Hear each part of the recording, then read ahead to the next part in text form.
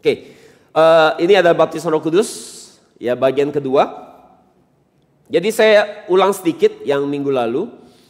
Mengapa kita harus dibaptis dengan Roh Kudus? Yang pertama itu adalah janji Yesus sendiri. Ya, Yesus janji kapan? Yang pertama sebelum dia disalib, ia menjanjikan menghibur yaitu Roh Kudus, A kecil. Dan yang kedua, Yesus janjikan waktu sebelum dia naik ke surga, dia janjikan juga tentang Roh Kudus ini sekali lagi. Dan Roh Kudus, poin ketiga adalah Roh Kudus adalah berfungsi menggantikan peran Yesus. Ketika Yesus naik ke surga, Roh Kudus yang menggantikan peran Yesus di bumi, menemani kita, menyemangati kita, mengingatkan kita akan kesalahan kita. Dan ada teolog yang berkata bahwa kepenuhan Roh Kudus hanya terjadi buat para rasul, murid-murid Yesus. Sekarang sudah tidak ada lagi. Pada kenyataannya faktanya tidak seperti itu tidak benar. Karena bukan hanya rasul-rasul yang terima kepenuhan Roh Kudus, bahkan orang kafir pun mereka menerima Roh Kudus ya. Jadi orang-orang kafir menerima Roh Kudus dari pelayanan Petrus, Yohanes dan Paulus. Jadi orang kafir pun terima kepenuhan Roh Kudus. Jadi kalau orang kafir terima, saudara juga harus terima, betul? Saya harus percaya saudara pun bisa terima. Dan yang keempat, kepenuhan Roh Kudus itu sudah ada sejak Alkitab Perjanjian Lama sebenarnya. Di Alkitab Perjanjian Lama sudah ada. Hanya nggak semua orang terima itu. Tapi Alkitab Perjanjian Baru di zaman saudara, semua orang terima itu. Dan mengapa kita harus dibaptis Roh Kudus? Ya, yang kedua adalah yang pertama kalian itu janji Yesus. Yang kedua adalah bahwa itu membuat kita bisa kenal Allah dengan baik lewat firman Tuhan. Jadi Roh Kudus akan mengajarin kita firman Tuhan. Dia akan membawa kita untuk mau kenal Tuhan dengan baik dengan Alkitab. Jadi orang yang nggak mau belajar Alkitab untuk kenal Tuhan itu kita perlu ragukan terima Roh Kudus atau enggak sebenarnya. Karena Roh Kudus dia akan membawa kita punya keinginan besar untuk mau kenal Tuhan dengan baik lewat Alkitab. Dan kita lanjutkan di poin ketiga. Kita lanjut, ini poin yang ketiga. Jadi kenapa kita harus dibaptis Roh Kudus untuk menjadi saksi dan atau martir? Kita membutuhkan kuasa Roh Kudus. Katakan untuk menjadi saksi dan martir. Janji Yesus sebelum naik ke surga di Kisah Rasul 1 ayat 8 kita baca, akan tetapi kamu akan menerima kuasa ketika Roh Kudus telah datang kepadamu dan kamu akan menjadi saksi-saksiku di Yerusalem, di seluruh Yudea dan Samaria dan sampai ke bagian bumi paling ujung.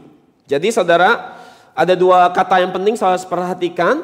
Yang pertama adalah kata kuasa, kamu akan terima kuasa, kata kuasa. Yang kedua adalah saksiku, kata saksi. Oke? Saya perhatikan kata ini. Jadi kuasa di sini dalam bahasa Yunani adalah dunamis. Itu artinya kekuatan, kemampuan, atau melakukan sebuah kuasa, atau kesanggupan. Itu artinya dunamis. Kata dinamit, saya tahu dinamit ya, bahan peledak yang bisa memberikan dampak ledak yang besar. Itu diambil dari kata ini, dunamis. Dan kata saksi di sini dalam bahasa Yunani adalah martus. Kata martir itu diambil dari kata martus. Kenapa Yesus harus mengatakan kau akan jadi saksiku? Yaitu artinya bicara juga ke depannya kita harus jadi martir. Saya harus tahu itu bahwa di zaman Alkitab sejak Yesus naik ke surga, ada penganiayaan besar-besaran buat orang Kristen yang pengikut Yesus. Jadi kalau saudara hari itu ketahuan jadi pengikut Yesus, pilihan saudara kalau nggak ditangkap, dianiaya, digebukin, dikasih makan ke macan, dibakar hidup-hidup, atau saudara dibunuh. Kira-kira kalau saudara ngalam itu saudara perlu kuasa nggak? Buat bisa bertahan, nggak murtad. Perlu nggak kuasa itu? Itu sebabnya. Jadi saudara terima baptisan Roh Kudus itu bukan cuma buat gaya-gayaan sebenarnya di hari itu. Itu adalah untuk kita bisa terima kuasa, punya keberanian untuk bertahan dengan iman kita tanpa sangkal Yesus sedikit pun. Jadi itu tujuannya. Dan sampai hari ini pun banyak orang yang karena ikut Yesus mereka dianiaya, ya bahkan tidak sedikit yang dibunuh juga sampai hari ini. Ya, itu sebabnya kita butuh kuasa ini untuk buat kita bisa punya iman yang kuat, bertahan. Jadi mati martir. Di hari itu untuk kita mati martir, ya kita butuh kuasa itu untuk kita bisa punya keberanian. Nah selain jadi martir secara jasmani, kita udah belajar di tema yang judulnya kedatangan Yesus yang kedua, bagian 2. Bagian kedua kita ingat bahwa jadi martir itu ada dua. Martir itu ada dua, martir secara jasmani maupun martir secara rohani. Nah, jadi selain kita perlu kuasa untuk jadi martir secara jasmani, kita perlu jadi martir secara rohani. Kalau martir jasmani orang lain bunuh kita, bunuh tubuh kita. Tapi kalau martir rohani kita harus bunuh keinginan kita. Hawa nafsu kita, keinginan daging kita harus bunuh sendiri. Ada nggak orang mau bunuh kesenangannya? Keinginannya nggak ada ya. Orang mana mau sih ya bunuh ambisi pribadinya, membunuh keinginan pribadi, nggak mau. Itu sebabnya kita butuh kuasa untuk membunuh keinginan-keinginan duniawi kita. Itu juga martir secara rohani. Jadi itu artinya kuasa Roh Kudus diperlukan untuk kita bisa sangkal diri, pikul salib, pikul firman untuk hanya ikut kehendak Tuhan. Itu sebabnya kita butuh kuasa itu. Sama seperti saya butuh kuasa untuk bisa tetap berdiri di tengah-tengah masalah yang sekarang saya sedang hadapi ya. Itu sebabnya saya butuh kuasa itu. Kita butuh kuasa itu. Dan saudara, ada orang berkata sejak saya ikut Yesus hidup saya makin susah. Itu artinya benar. Kalau saudara ikut Yesus artinya saudara makin susah, itu artinya saudara benar. Ya, artinya saudara udah ikut firman, udah taat sama firman. Kalau saudara ikut Yesus hidupnya jadi gampang, itu mungkin bisa jadi saudara sedang masa promosi. Kalau saudara memang belum benar-benar pikul itu firman. Udah Kristen lama tapi nggak pernah taat sama firman. Ya wajar nggak menderita. Dan saudara, jadi Roh Kudus diberikan supaya kita punya kuasa untuk jadi apa? Martir secara jasmani maupun martir secara rohani. Jadi saudara, untuk kita menjadi saksi, Roh Kudus akan memperlengkapi kita dengan kuasa. Kebanyakan orang yang belum percaya pada Yesus, mereka mau lihat bukti, baru mereka percaya. Betul ya? Mereka mau lihat tanda dulu, mereka mau lihat mujizat dulu, baru mereka mau percaya sama Yesus. Itu sebabnya saudara, kita akan diperlengkapi dengan tanda-tanda itu. Tanda-tanda ajaib. Supaya orang yang tidak percaya jadi percaya. Dan ada 9 karunia Roh Kudus, katakan 9. Yang akan saudara lakukan ketika saudara bersaksi, memberitakan Injil, itu diperlukan. Saudara akan diperlengkapi dengan 9 karunia Roh Kudus ini. Ya, saudara. Bukan rasul-rasul, saudara orangnya. Bukan orang lain. Tujuannya apa? Untuk hari itu jadi tanda buat orang yang tidak percaya, supaya mereka bisa percaya bahwa ada namanya pekerjaan Tuhan di dalam hidup saudara. Oke? Kita lihat 9 karunia Roh Kudus ini. 1 Korintus 12, 8-10 kita baca. Sebab kepada yang seorang roh memberikan karunia untuk berkata-kata dengan hikmat, dan kepada yang lain roh yang sama memberikan karunia berkata-kata dengan pengetahuan, kepada yang seorang roh yang sama memberikan iman, dan kepada yang lain ia memberikan karunia untuk menyembuhkan, kepada yang seorang roh memberikan kuasa untuk mengadakan mujizat, dan kepada yang lain ia memberikan karunia untuk bernubuat, dan kepada yang lain lagi ia memberikan karunia untuk membedakan bermacam-macam roh. Kepada yang seorang yang memberikan karunia untuk berkata-kata dengan bahasa roh, dan kepada yang lain ia memberikan karunia untuk menafsirkan bahasa roh. Tetapi semuanya ini dikerjakan oleh roh yang satu dan yang sama, yang memberikan karunia kepada tiap-tiap orang secara khusus seperti yang dikehendakinya.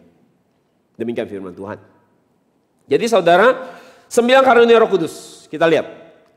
Ya, yang pertama perkataan hikmat, 2 perkataan pengetahuan, 3 membedakan roh, 4 iman, yang kelima kesembuhan, yang keenam mengadakan mujizat, yang ke-7 bernubuat, yang ke-8 bahasa roh, yang ke-9 menafsirkan bahasa roh. Oke, jelas? Sampai sini? Oke. 9 ini akan saya lakukan. Dan dari 9 karunia saya lihat di depan, 1 karunia dipakai buat diri sendiri. Ya. Tapi 8-nya dipakai buat apa? Untuk membangun orang lain, untuk memberkati orang lain. Yang pertama, yang 1 yang buat diri sendiri ada karunia bahasa roh. Itu untuk membangun diri saya sendiri. Tapi yang 8 itu dipakai untuk hari ini melayani orang lain. Jadi ini kayak, karunia Roh Kudus ini kayak sebuah pedang ya. Yang kalau saudara semakin pakai itu semakin tajam. Ya. Saya tanya tukang kelapa, bang itu kelapanya diasahnya pakai apa? Oh jarang diasah. Kenapa? Kok bisa tajam gitu bang katanya? Iya sering dipakai buat potong kelapa, makanya tajam banget. Jadi saudara kalau karunia ini saudara mau makin tajam, saudara harus pakainya bukan di rumah bahasa roh doang sehingga nggak bisa saudara. Saudara harus pergi ya melayani orang lain, ke rumah sakit, doain orang, nyampein pesan Tuhan, itu akan makin tajam. Ya, semakin sering dipakai akan semakin tajam. Oke, saya akan jelaskan 9 ini. Ya, bikin saudara ngeces ya, jadi pengen. Tapi hati-hati ya, kalau udah punya kuasa beginian mesti rendah hati. Kalau enggak jadi akhirnya mengejar kuasa melebihi kejar kenal Tuhan. Jangan ya. Makanya saya buka di sini saya agak khawatir ya. Takut saudara akhirnya terlalu jadi buat keangkuhan akhirnya. Ya. Oke, saya akan jelaskan perkataan hikmat yang pertama. Perkataan hikmat. Perkataan hikmat ini apa? Ini adalah wahyu dari Allah bagaimana menggunakan suatu fakta. Ini sesuai dengan Yohanes 8, 3-11. Jadi suatu saat perempuan yang berzina, didapati dia berzina, kemudian orang-orang mau lempari dia dengan batu. Kemudian Yesus tanya, siapa yang tidak pernah berbuat dosa, silakan lempar duluan. Dan hari itu semua orang tidak ada yang mau melakukannya dan pergi meninggalkan perempuan yang berzina. Contoh yang lagi-lagi apa? Fakta soal apa? Soal bayar pajak. Suatu saat orang tanya kepada Yesus, apakah kita perlu bayar pajak ke kaisar? Yesus ambil uang 1 dinar dan tanya, gambar siapa ini? Sesuai dengan Matius 22, 20-22, kita baca ayat 21. Jawab mereka, gambar dan tulisan kaisar. Lalu kata Yesus kepada mereka, berikanlah kepada kaisar apa yang wajib kamu berikan kepada kaisar, dan kepada Allah apa yang wajib kamu berikan kepada Allah. Ya, jadi yang bilang nggak perlu persepuluhan udah salah banget. Di sini aja ada ayatnya. Ya. Dan dua-dua mendengar itu heranlah mereka dan meninggalkan Yesus lalu pergi. Jadi karunia hikmat diperlukan untuk apa? Untuk kita bisnis, untuk kita pelayanan, untuk kita kerja, untuk kita sekolah. Kita butuh karunia hikmat ini. Jadi suatu saat saya punya jemaat pernah nanya saya, gimana saya bisa melakukan bisnis? Ya kita tahu lah ya, dia bilang pada seluruh supplier katanya tender itu bisa dapat kalau kita ada uang sogok. Nah gimana caranya? Sedangkan saya anak Tuhan, saya nggak boleh lakukan itu. Jadi itu sebabnya dia butuh hikmat untuk bisa gimana dapat tender tapi lewat jalur yang bersih. Nah dia harus punya hikmat buat itu. Yang kedua adalah perkataan pengetahuan. Ini adalah wahyu dari Allah tentang suatu fakta yang tidak kita ketahui. Kita di drop sesuatu yang kita nggak tahu, tapi kita jadi tahu.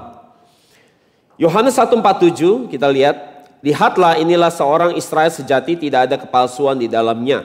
Jadi Yesus lihat Nathanael dan dia langsung tahu hidup Nathanael seperti apa. Dia adalah Israel yang sejati. Nah jadi ke depan saya akan memberikan contoh-contoh ya, bukan dari kesaksian orang lain, bukan dari pengalaman orang lain, tapi dari pengalaman saya sendiri. Supaya saya bisa tahu bahwa kalau saya bisa mengalami itu, saudara juga bisa mengalami itu dalam hidup saudara. Ya, saya agak kurang pintar ceritain kesaksian orang saya. Nggak kurang menjiwai ya. Kayak ngambang-ngambang gitu. Kalau kita ngalami sendiri mungkin lebih dapat feel-nya. Ya, kiranya lewat kesaksian ini saya bersembunyi di balik Yesus, di balik Allah Bapa. Supaya Allah Bapa saja dimuliakan. Jadi saudara, bicara perkara pengetahuan ini yang saya alami. Di awal-awal waktu saya terima baptisan Roh Kudus, Tuhan banyak bicara, ngobrol sama saya. Ya, saya banyak ngobrol sama Tuhan. Ya, di bis kota, di motor, saya sering ngobrol sama Tuhan. Dan jadi saya udah sering dengar suara Tuhan tentunya. Tuhan sering bicara buat beberapa hal yang belum terjadi, yang sedang terjadi, ya banyak. Dan suatu saat teman saya, ya, dia telepon saya dari kantornya. Waktu dia telepon saya di kantornya, tiba-tiba saya di drop sesuatu tentang dia. Ya, jadi selalu kalau Roh Kudus selalu spontan. Enggak kita pikir, tiba-tiba di drop. Dan jelas sekali suara itu. Yaitu pesan suara itu adalah berkata tentang hidup dia, tentu tanda kutip gini. Semua orang pasti mau dengar yang enak-enak, tapi masalahnya pesan yang saya dapetin nggak enak. Jadi pesannya adalah bahwa dia udah jauh dari Tuhan. Ini kita udah lama nggak pernah hubungan ya, nggak pernah komunikasi. Mungkin 2-3 tahun kita nggak ada komunikasi. Pesannya adalah dia sudah jauh dari Tuhan, sangat jauh, dan dia sudah meninggalkan kasih mula-mula dia. Kira-kira kalau saudara Yesaya nggak pernah hubungan cukup lama terus mau ngomong kayak gitu nggak? Serem nggak? Serem ya, nggak mau kan? Tapi Roh Kudus sama saya selalu begitu. Kalau saya nggak mau ngomong, dia suka dorong saya ngomong. Enggak lah, nanti salah. Ngomong, enggak lah. Ngomong enggak? Nah gitu, kurang lebih. Kalau dia udah begitu, itu artinya benar biasanya. Tapi oke, saya sampaikan. Walaupun nggak enak. Saya bilang, sorry ya. Ini Tuhan ngomong sama saya begini. Kamu hari ini sudah jauh sekali dari Tuhan. Dan beberapa hal yang kamu lakukan itu sangat bikin Tuhan sedih. Dan saya sampaikan itu. Dan tiba-tiba dia bilang, sorry boleh nggak tutup teleponnya. Dia matiin telepon, cepret. 10 menit saya nunggu, bingung saya. Nah loh, gawat. Jadi salah atau benar nih. Ya kan? Rusak nih hubungan panjang nih, hubungan yang sudah lama nih bakal rusak nih rusak pertemanan nih kayaknya. Ini benar atau salah? Nah 10 menit saya tunggu nggak nelfon, saya mulai gelisah, ini benar atau nggak benar ya? Ini benar atau enggak sih? Apa bisa-bisa saya apa salah? Saya salah nggak ya? 15 menit dia nggak nelfon, 20 menit dia telepon. Waktu dia telepon, dia mulai nangis terisak-isak gitu. Aduh lega saya, kemungkinan benar ya. Kalau dia nelfon balik kan berarti benar. Dia telepon balik, dia nangis terisak-isak. Dan dia bilang, kok kamu tahu? Kok kamu bisa tahu? Hidup saya sudah sejauh itu. Saya bilang saya nggak tahu. Saya suka ngomong gini, saya nggak tahu. Saya cuma tukang pos. Tukang pos hanya ngantar surat, nggak perlu tahu isinya. Tapi kita tahu isinya ya, beda ya. Saya nggak tahu, saya bilang Tuhan titipkan pesan itu buat kamu. Jadi itu sebuah pengetahuan yang disingkapkan tentang hidup seseorang yang kita bisa tahu. Bahkan waktu dia 6 tahun, bahkan mungkin dia sekarang udah umur 50, kita bisa tahu 6 tahun dia ngalamin apa, 7 tahun dia ngalamin apa, 10 tahun dia ngalamin apa. Itulah karunia pengetahuan, perkataan pengetahuan. Oke. Terus yang ketiga adalah membedakan roh. Karunia membedakan roh, jadi ini adalah karunia untuk membedakan roh apa yang sedang bekerja. Ya, misalnya di cell group kita bisa tahu roh apa yang sedang bekerja lebih dominan. Roh ketakutan, roh kekhawatiran. Itu kalau kita belum bisa lihat apa yang sedang bekerja di situ, kita waktu mimpin doa atau mimpin worship itu kalau kita nggak jebolin, kita nggak usir, itu tetap akan ngontrol situasinya. Akhirnya nggak ada breakthrough di pertemuan itu. Dan ini bisa lihat, contohnya di Alkitab di Matius 16:23. Petrus berkata sama Yesus bahwa kiranya waktu Yesus mau disalib dia bilang kiranya itu jangan sampai terjadi. Dan Yesus bilang apa? Iblis nyahlah engkau. Padahal itu Petrus yang ngomong. Jadi artinya Yesus bisa lihat bahwa iblis sedang bekerja di dalam diri Petrus. Contoh lain adalah di Kisah Rasul 16-18. Ada seorang perempuan yang punya roh ramal. Dia terus ikut terus di belakang Paulus sambil berkata, orang ini hamba Allah yang maha tinggi. Terus ayo ngulang-ngulang. Mereka memberitakan kepadamu jalan kepada keselamatan. Bagus kan dia ngomong. Itu roh jahat di dalam diri dia ngomong-ngomong kayak gitu.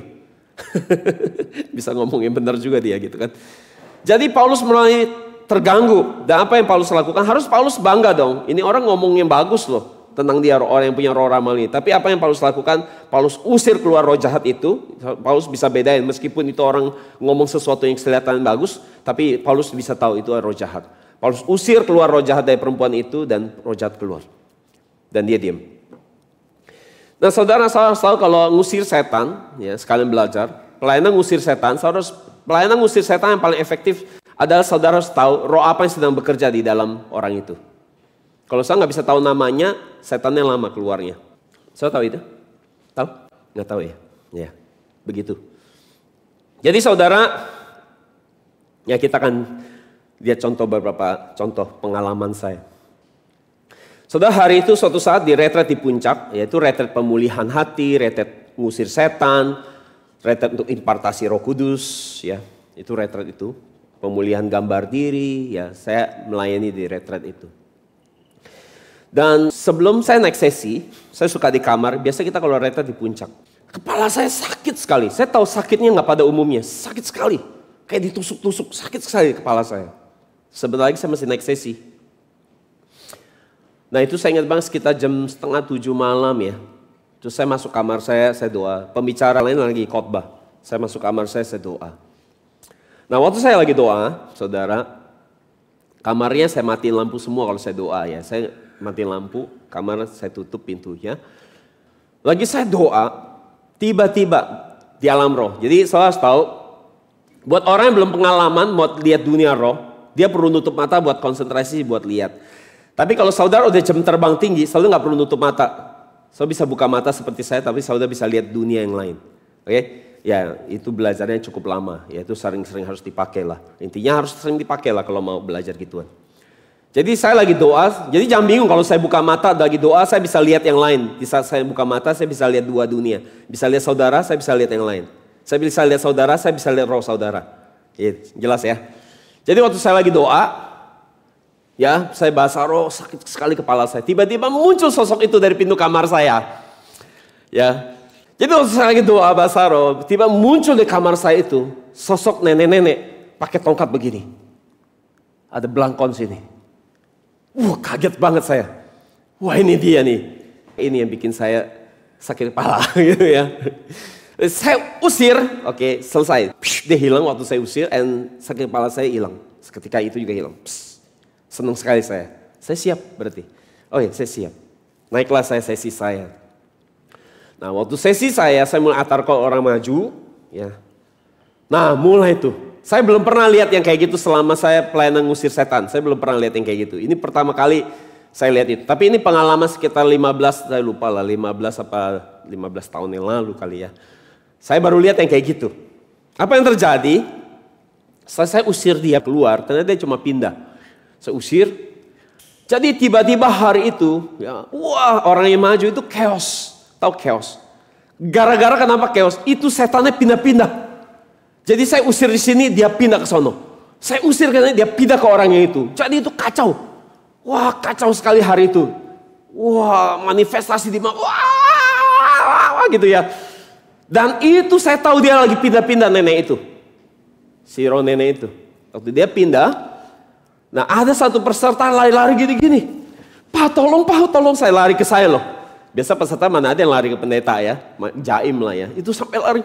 Pak. Nah saya harus tahu setan kadang-kadang saudara pegel-pegel di belakang, belum tentu itu pegel, bisa jadi itu setan. Kalau setan nangkap orang, megang orang, menguasai orang, dia akan pegang di sini, cengkram di sini, tangan kaki cengkram sini, kakinya cengkram, dia kan punya cakar, dia cengkram di sini dan sini, dia nempel di belakang gitu loh. Nah mungkin kadang-kadang orang bisa pegel gitu-gitu, tapi nggak semua, bisa juga memang kebanyakan kolesterol ya bisa sih. Tapi itu bisa seperti itu, oke? Jadi dia lari-lari dia gini-gini. Pak tolong saya Pak gitu. Terus saya usir, dalam Yesus keluar. Ya, dan intinya akhirnya saya sebut dalam nama Yesus roh nenek keluar dia. Udah tenang tuh, ruangannya tenang gitu. Jadi memang ada roh-roh yang lain, tapi roh nenek paling dominan hari itu ganggu orang. Dia loncat-loncat pindah ke orang. Nah itu ya. Terus saudara satu pengalaman lagi saudara. Nah ini Ibu Yuni ngalamin sendiri, Ibu Yuni tahu lah ya. Pak Beman juga tahu itu di kantor saya. Jadi salah satu orang tim bagian gudang kita waktu itu kemasukan setan. Lagi masukin barang ke mobil, tiba-tiba dia jatuh, nggak sadarkan diri dan mulai ngamuk-ngamuk. Itu hari Sabtu saya jalan ke kantor. Lari saya bawa mobil saya ke kantor, cepret sampai kantor. Udah dimasukin di luar, nggak ada yang berani nanganin. Ada yang bilang panggil Pak Haji segala macam. Ya kita pikir orang lain kita layani, karyawan sendiri kita nggak layani. Jadi saya datang, saya lihat dia udah gini, mau lihat ekspresi gini. Ya gitu ekspresinya. So bisa lihat ekspresi ini bisa macam-macam, bisa monyet, gini-gini soalnya. Bisa juga bukan. Kalau saudara nggak peka bisa bedain roh apa yang bekerja, saudara akan salah ngusir, nanti ketawain sama dia. Salah. Iya kan? Sok-sokan situ gitu kan. Nah. Jadi saya tahu itu roh kakek. Oke? Dan saya tahu dunia roh itu bisa lebih cepat berapa detik. Berapa detik. Jadi waktu dia gitu saya udah tahu. Dalam nama Yesus saya perintahin. Roh kakek keluar. Puas dia langsung lemes kan. Tapi saya udah tahu bentar lagi akan masuk kuntilanak. Dan itu benar. Aneh sekali dunia roh itu memang. Sekian detik masuk. Nah waktu kuntilanak itu pertama kali saya ketemu kuntilanak muka dengan muka. Dia cowok ya, anak ini cowok. Wah tapi saudara, wah dia matanya melototnya galak sekali ya. Galak sekali, saya belum pernah lihat yang kayak gitu ya. Seru juga sih ya. Tapi mengerikan loh, saudara itu kayak adu nyali hari itu sama dia. Dia kan dipegangin, terus dia gini-gini melotot saya. Gitu. Tatapannya kalau saya gambarkan itu penuh kebencian, kemarahan yang sangat besar dan dia melotot. Seperti mau nelen saudara. Tapi saudara ya, hari itu saya sedikit juga agak terganggu ya. Agak, serem juga ya gitu ya. Tapi saya ingat, saya sering ngajarin orang. Saudara kalau ketemu setan, saya harus tahu. Setan tuh kayak anjing. Kalau dia bisa baca aura. Kalau saudara takut, dia akan makin berani sama saudara. Kalau saudara penakut, dia akan makin berani. Itu seperti anjing. Kalau saudara anjing, dia suka gertakan. Gitu kan. Kalau saudara takut mentalnya, anjing bisa baca hawa saudara. Setan kita gambarkan dia seperti anjing. Dia juga begitu. Kalau saya takut, dia makin berani. Kalau saya berani, dia jadi takut gitu loh. Sebenarnya dia gak keren-keren amat sih. Jadi saya bilang, apa kamu lihat saya? Lihat mata saya. Saya gituin. Lihat nih, lihat. Saya gituin dia. Keluar kamu dalam nama Yesus. Pus, langsung lemes. Selesai. Dan gak bangun sampai setengah jam. Sampai 45 menit kali ya. Ya Beman ya. Kebenaran nih. Tapi enggak sih. Dibangun dia langsung kayak lemes semua ya. Karena udah lama dikuasai setannya lama. Sampai lemes dia, nggak bisa gerak gitu. Nah itu membedakan roh. Akan efektif kalau saya tahu namanya. Roh apa yang sedang bekerja. Yang keempat, karunia iman. Karunia iman adalah suatu keyakinan, bukan perasaan, bahwa Allah dapat melakukan sesuatu yang mustahil. Jadi saudara, bangsa Israel, mereka sedang berperang dengan bangsa Gibeon di bawah kepemimpinan Musa, dan Musa menyatakan iman yang sangat spektakuler, yaitu apa? Ya, yang mempengaruhi sejarah bumi, ya. Yaitu dia meminta supaya matahari berhenti di atas Gibeon dan bulan berhenti di atas lembah Ayalon, sesuai dengan Yosua 10:8-14. Dan para ahli meneliti bumi ini, ya, diteliti sampai hari ini ada satu hari yang hilang. Jadi harusnya total ada berapa hari, tapi kok hilangnya satu hari. Nah, ini peristiwa ini. Saya mempengaruhi dunia sampai hari ini. Nah, suatu saat saudara, di retret kita kan biasa di puncak. So tau lah puncak kan dingin ya. Nah, hari terakhir, biasa hari Minggu kita mau turun. Nah, hari terakhir biasa kita baptisan air. So tahu hujannya gede banget dari pagi. Nggak berhenti-berhenti. Dan akhirnya gitu saudara, salah satu tim saya nanya. Saya bilang, ini hujan loh, kita mau baptisan air nih. Gimana nih peserta, kita udah mesti pulang. So tahu ya kalau turun dari puncak, kalau malam makin sore makin macet sekali. Terus cepat on time. Dan akhirnya kita doa saudara. Kita doa supaya hujannya stop. Saya tahu banyak petani butuh hujan, tapi juga udah hujan dari pagi sih. Cukup lah. Ya. Kita butuhnya sekitar jam 1-an. Nah, kita doa, kita minta jam 1, kita minta hujan berhenti. Ya, hujan berhenti supaya kita bisa baptisan air. Dan setengah 12 dia kagak berhenti, jam 12 dia nggak berhenti, setengah 1 dia nggak berhenti. Tepat jam 1, pum, dia berhenti. Tiba-tiba dia terang jam 1. Nah, kita baptisan. Yang luar biasa saya juga nggak tahu. Harusnya air di kolam itu dingin ya. Kan di puncak ya. Ya, waktu kita baptisan airnya itu nggak dingin. Air hangat banget. Ya, terus ya waktu kita baptisan itu luar biasa ya. Orang belum dicelup di air udah teriak-teriak kayak lihat tuh air kayak lihat api gitu. Ya ya. Itu baptisan airnya luar biasa spektakuler. Orang mau lihat air tuh kayak lihat api gitu ya. Mau dimasukin tuh kayak ketakutan gitu. Ya, ada orang yang teriak-teriak, wah muntah-muntah di air kolam sih ya, airnya jadi nggak steril sih ya. Wah dia manifestasi, dia teriak-teriak, waktu mau dicelup nggak mau, saya baptis aja pokoknya dia udah gini-gini. Wah dipegangin sama pembinanya kan, saya pusing lah ya. Aku baptis kau dalam nama Allah gini-gini, aku baptisin kau dalam nama Allah Bapa, Allah Putra, terus cepret, langsung ngambang, gitu saudara, cepat keluar setannya langsung. Nggak pakai neko-neko lagi, nggak pakai diusir-usir, ribet lah. Selep aja langsung ngambang dia keluar. Enak banget kayak tidur di atas, udah kayak tidur di atas ini air dia, gitu. Ya. Dan masih banyak mujizat yang lain. Jadi saudara,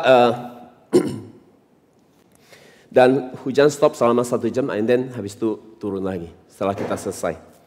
Yang kelima adalah kesembuhan, karunia kesembuhan. Itu kemampuan untuk melakukan mujizat kesembuhan.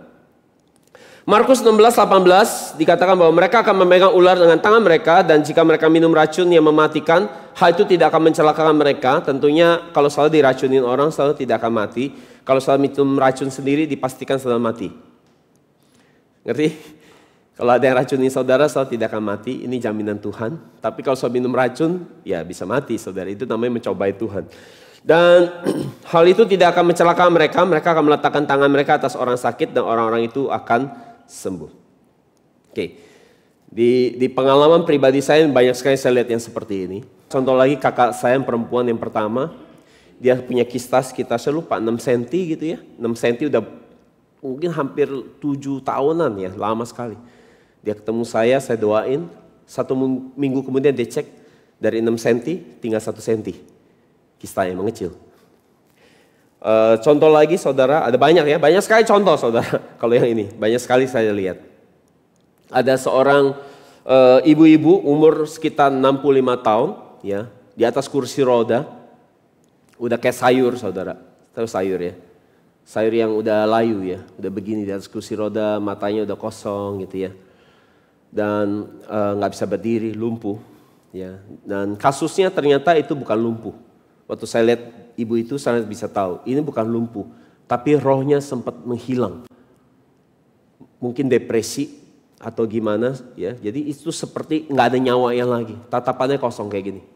Jadi kita di depan dia lihatnya tempat lain terus, nggak bisa lihat ke depan dia, begini terus dia kayak sayur. Nah saya ingat sekali waktu itu, saya pegang kedua tangan ibu yang sudah di atas kursi roda ini, saya doakan, ya, saya perintahkan dia suruh bangun. Ya, dan pelan-pelan waktu saya pegang dia, dari gini dia mulai lihat saya. Keren sekali loh itu saudara, saya belum pernah lihat yang kayak gitu juga, keren juga. Kadang-kadang kita bikin mujizat, kita juga terkagum-kagum sih ya. Jadi dari kosong sekali, sampai akhirnya dia bisa lihat ke depan, terus dia mulai seperti interaksi sama saya, terus saya pegang tangan suruh berdiri, dan dia berdiri. Beri kemuliaan buat Tuhan. Kakak saya yang kedua, kakak perempuan saya kedua, dia punya kaki, ada benjolan di kakinya. Ya, di telapak kaki ada benjolan, sehingga itu sakit sekali. Jadi kalau dia berdiri, dia jalannya pincang. Hampir 3-4 tahun dia ngalamin itu. Didoakan oleh saya doakan, dan benjolannya hilang, dan dia bisa jalan normal. Jadi saudara, ada banyak sekali saudara, kalau mau dengar kisah kesembuhan. Ada seorang ibu-ibu, umurnya mungkin sekitar 63-65 tahun, di rumah sakit. Terus kemudian dia, dokter bilang udah cabut aja mesin ventilatornya. Karena itu udah percuma, ini udah mati sebenarnya orangnya, cuma hidup dari mesin.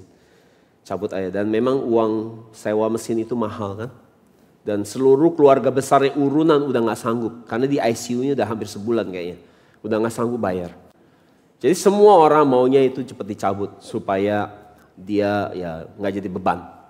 Ya, jadi akhirnya anaknya lewat teman saya cari saya, terus saya mau doakan waktu saya mau doakan di ICU lagi dimandiin, suster juga lama maksudnya nggak kasih saya bisa masuk. Akhirnya saya ke ruang kantor, ruang lobi tunggu, dan kemudian saya minta foto ibunya.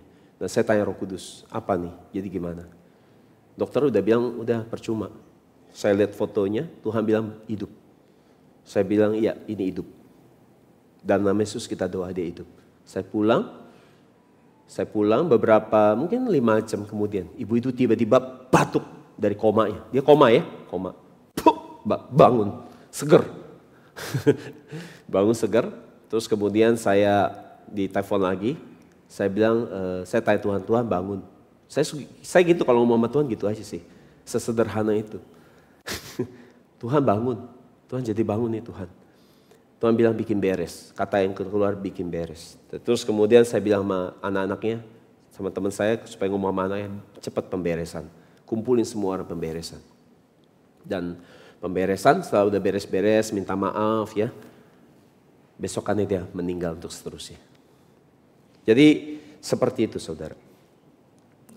Yang keenam adalah iman mujizat. Itu adalah kemampuan untuk melakukan sesuatu yang melampaui kemampuan alamiah. Contohnya membangkitkan orang mati. Yang ini saya belum pernah ngalamin sih ya, jadi saya gak bisa cerita. Itu adalah di Kisah Rasul 9:36-41 ya. Itu suatu saat Tabita yang disebut Dorcas dibangkitkan dari pelayanan Petrus. Yang ketujuh bernubuat. Itu menyampaikan pesan Tuhan atau firman Tuhan untuk membangun, menasehati, dan menghibur. Sesuai dengan 1 Korintus 14 ayat 3. Tetapi siapa yang bernubuat, ia berkata-kata kepada manusia, ia membangun, menasihati dan menghibur. Tujuan bernubuat adalah untuk membangun, menasihati dan menghibur, ya. Bukan mengintimidasi, bukan menghakimi. Saudara ada di gereja-gereja tertentu, ya. Dia pakai karunia nubuat yang bilang gini, Tuhan bilang sama saya, ya. Hari ini Bu Ratna serahkan hartanya semua buat saya, kan Tuhan bicara seperti itu. Wah, geger ya. Ya, itu ada kayak gitu ya. Ya, di gereja. Aduh, dia kepahitan.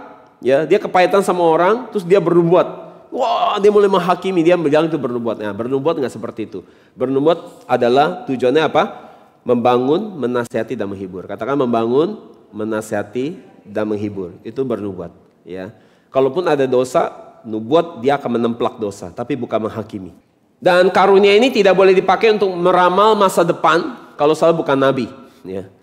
Kalau saudara bukan nabi yang diakui oleh gereja, saudara nggak boleh pakai itu. Saya bernubuat, tahun depan akan gini-gini. Wah, saya coba-coba itu, jangan.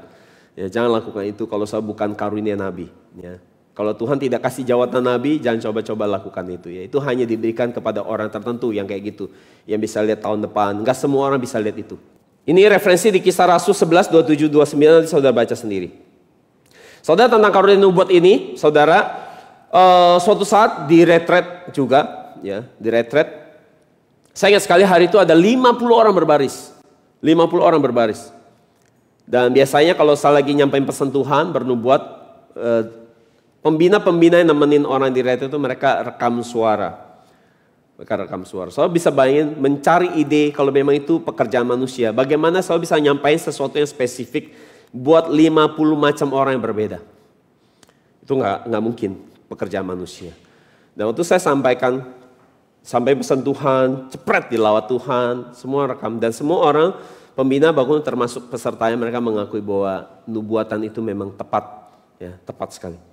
Sesuai dengan apa yang terjadi sama hidup orang itu dan itu benar. Walaupun saya nggak kenal orang-orang itu. Nah itu karunia nubuat. Nah kita akan bahas yang ke-8 lebih lama. Bahasa roh. Ya. Karunia perkataan ini. Kita akan bahas ini. Jadi bahasa roh. Oke. Saudara harus perhatikan ya ini. Karena ini pintu awalnya buat saudara ngalamin yang 8. Oke. Ini pintu masuknya buat ngalamin yang 8 seharusnya yang ini dulu. Oke. Jadi ini adalah tanda pertama bagi saudara sebagai orang yang menerima baptisan Roh Kudus. Bagaimana saya tahu saya sudah terima baptisan Roh Kudus? Ya, berkata-kata dalam bahasa roh, itu jelas. Kalau belum bisa berkata dalam bahasa roh, ya artinya belum terima. Ya. Jadi saudara harus berbicara dalam bahasa roh, itu tanda saudara terima baptisan Roh Kudus. Dan saya akan jelaskan tentang hal ini. Jadi Paulus katakan bahwa dia adalah orang yang telah melihat banyak hal-hal rohani, ya, bahkan dia pernah ke surga tingkat ketiga. Dan kalau saudara ada yang berkata bahasa roh udah nggak perlu, mengapa Paulus berkata, aku lebih banyak berbahasa roh dibanding yang lain? Sebagai orang yang sudah lihat banyak sekali hal-hal rohani. Dia katakan di 1 Korintus 14-18 kita baca, aku mengucap syukur kepada Allah bahwa aku berkata-kata dengan bahasa roh lebih daripada kamu semua. Jadi Paulus banyak berkata-kata dalam bahasa roh. Jadi kita akan lihat bahwa ada 4 fungsi bahasa roh di Alkitab.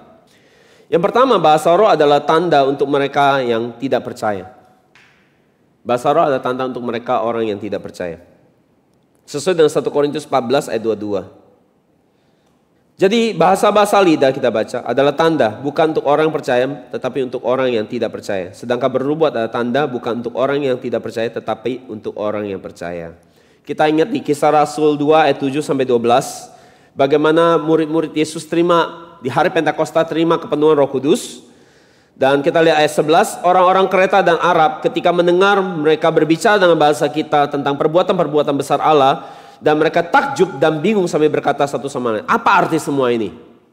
Jadi di hari Pentakosta, melalui tanda bahasa roh, bahasa lidah, ya, Petrus yang dipenuhi dengan kuasa Roh Kudus, dia berkhotbah di depan orang banyak itu, dan orang-orang akhirnya percaya bahwa Yesus itu benar-benar Mesias yang ditunggu-tunggu.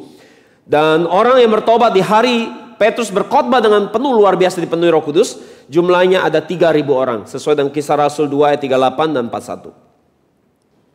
Suatu saat kalau tadi kita baca, kita dengar tadi kata tentang orang-orang Kreta dan orang Arab. Saudara, suatu saat saya melayani salah satu customer saya di Kendari. Kalau dia nonton YouTube saya ini dia akan tahu itu dia yang lagi disebut. Ya. Customer saya di Kendari, waktu dia terima bahasa roh, saya tanya dia, mau nggak terima baptisan Roh Kudus? Dia bilang mau lagi. Ya, nanti saya akan dengar ceritanya kenapa waktu dia mau itu bikin saya agak susah hati juga. Karena itu sudah jam 1 pagi, jam 2 pagi. Dan dia bukan orang percaya. Jadi itu bisa lama, ya.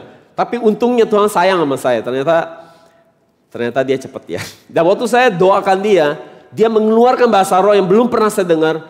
Itu seperti lafal Arab. Saya juga kaget gitu ya. Jadi ada yang seperti itu. Makanya semakin saudara banyak melayani orang, saudara akan diperlengkapi. Sebenarnya saudara juga banyak dibangun imannya. Saudara juga bukan hanya melayani orang terus udah selesai. Tapi sebenarnya lewat pengalaman itu saudara juga dibangun imannya. Bisa lihat banyak hal ya. Yang kedua adalah untuk berbicara kepada jemaat. Sesuai dengan 1 Korintus 14:27. Jika ada yang berkata-kata dengan bahasa roh, biarlah 2 atau sebanyak-banyaknya 3 orang, seorang demi seorang, dan harus ada seorang lain untuk menafsirkannya. Jadi saudara, biasanya bahasa roh yang seperti ini yang harus ditafsir, dia punya intonasi, ya. Dia punya intonasinya sendiri, ada nadanya yang jelas seperti kayak orang yang ngomong. Oke? Ini perlu ditafsir, ya.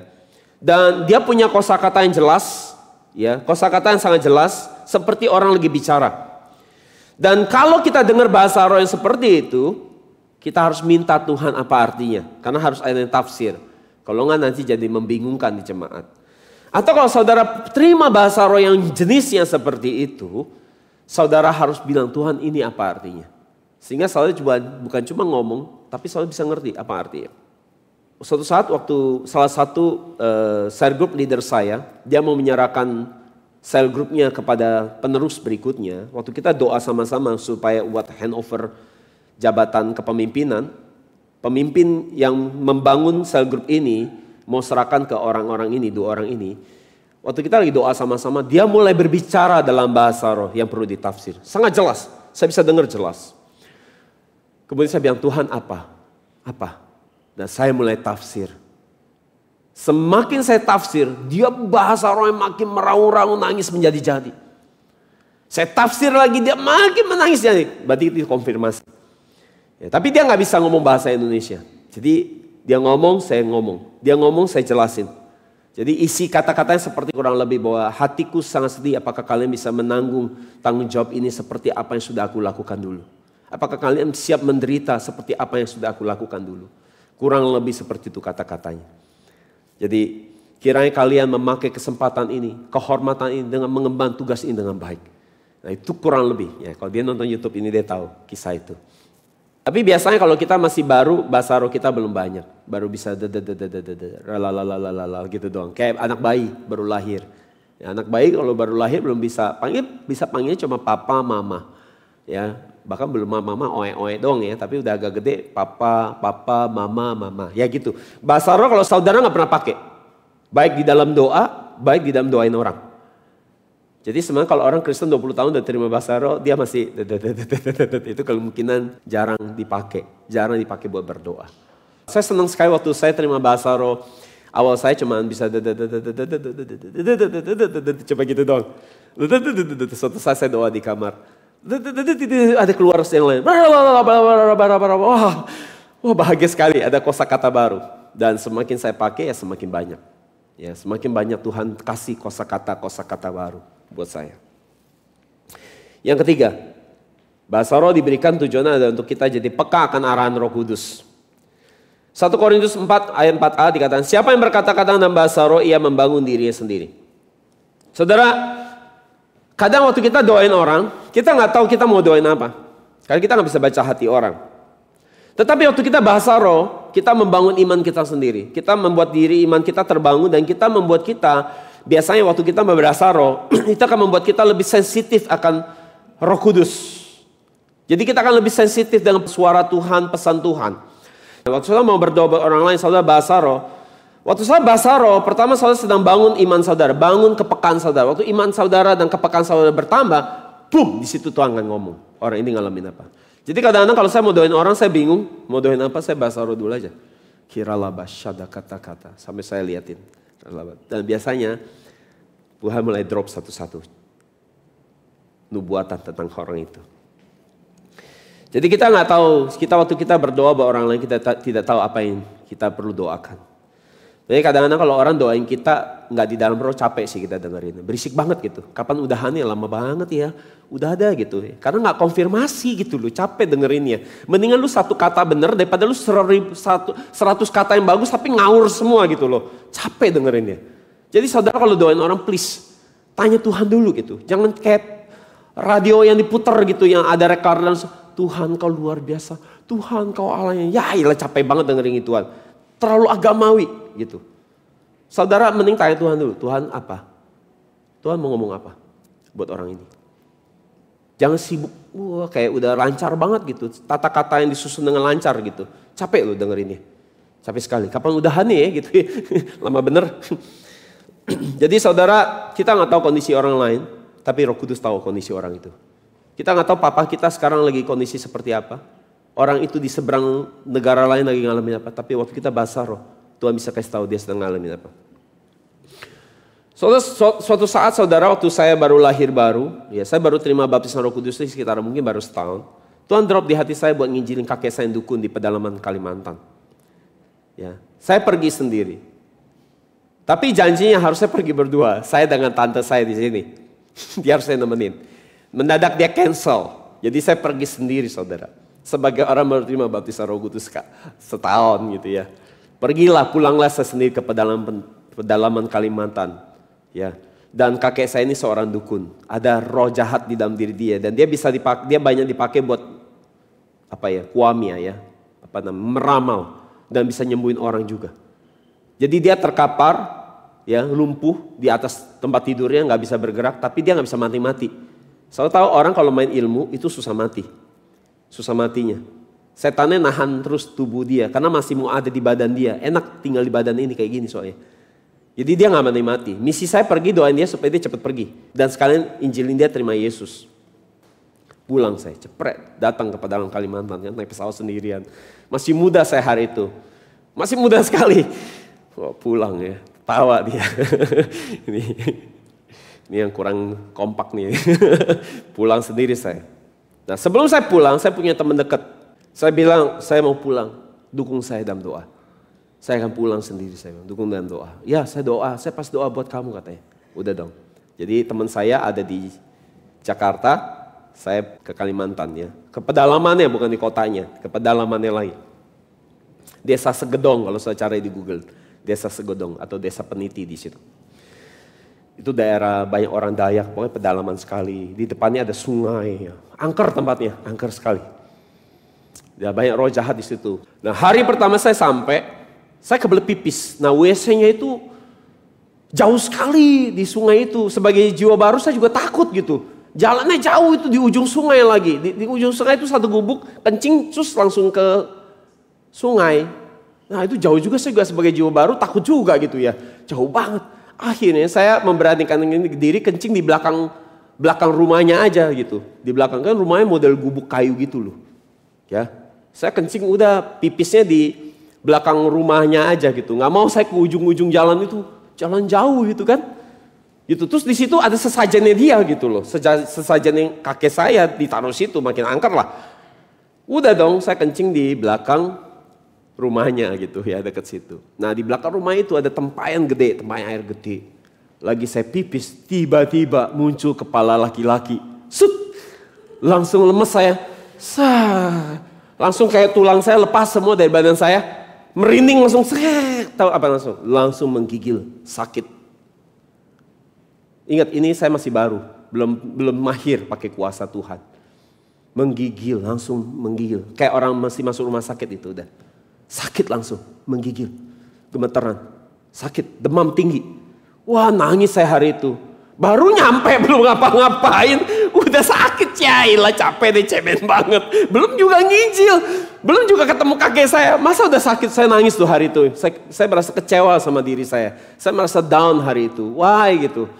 Why ini terjadi gitu? Saya belum melakukan apapun, udah kalah. Saya nangis hari itu. Saya bilang, wah saya sedih sekali. Terus saya sakit, saya gimana lain nih, saya sekarang sakit. Saya butuh dokter. Dokter mana ada dokter di kampung begitu. Nggak ada rumah sakit juga. Jadi gimana nasib saya? Saya mulai nangis. Saya berseru sama Tuhan. Dan saya ingat banget di hari itu saya mulai doa bahasa roh. Kiralah masyaallah, saya doa sungguh-sungguh. Saya ingat banget hari itu jam 8 malam kejadiannya. Doa sungguh-sungguh. Kiralah masyaallah. Terus saya lihat mulai ada panah-panah. Saya mulai di alam roh. Saya lihat ada panah dilemparin, ditembakin ke saya. Banyak sekali serbuan panah. Oh saya bisa tahu. Oh ini yang terjadi di alam roh. Terus saya bilang, saya kembalikan semua panah-panah itu di dalam nama Yesus. Wah itu kayak perang kita. Wah dia lempar panah kita, tangkis-tangkis gitu. Pokoknya kita patahin panah-panahnya semua. Dan tiba-tiba sakit saya gugur. Saya sehat dan keringetan. Sembuh. Seketika itu juga sembuh.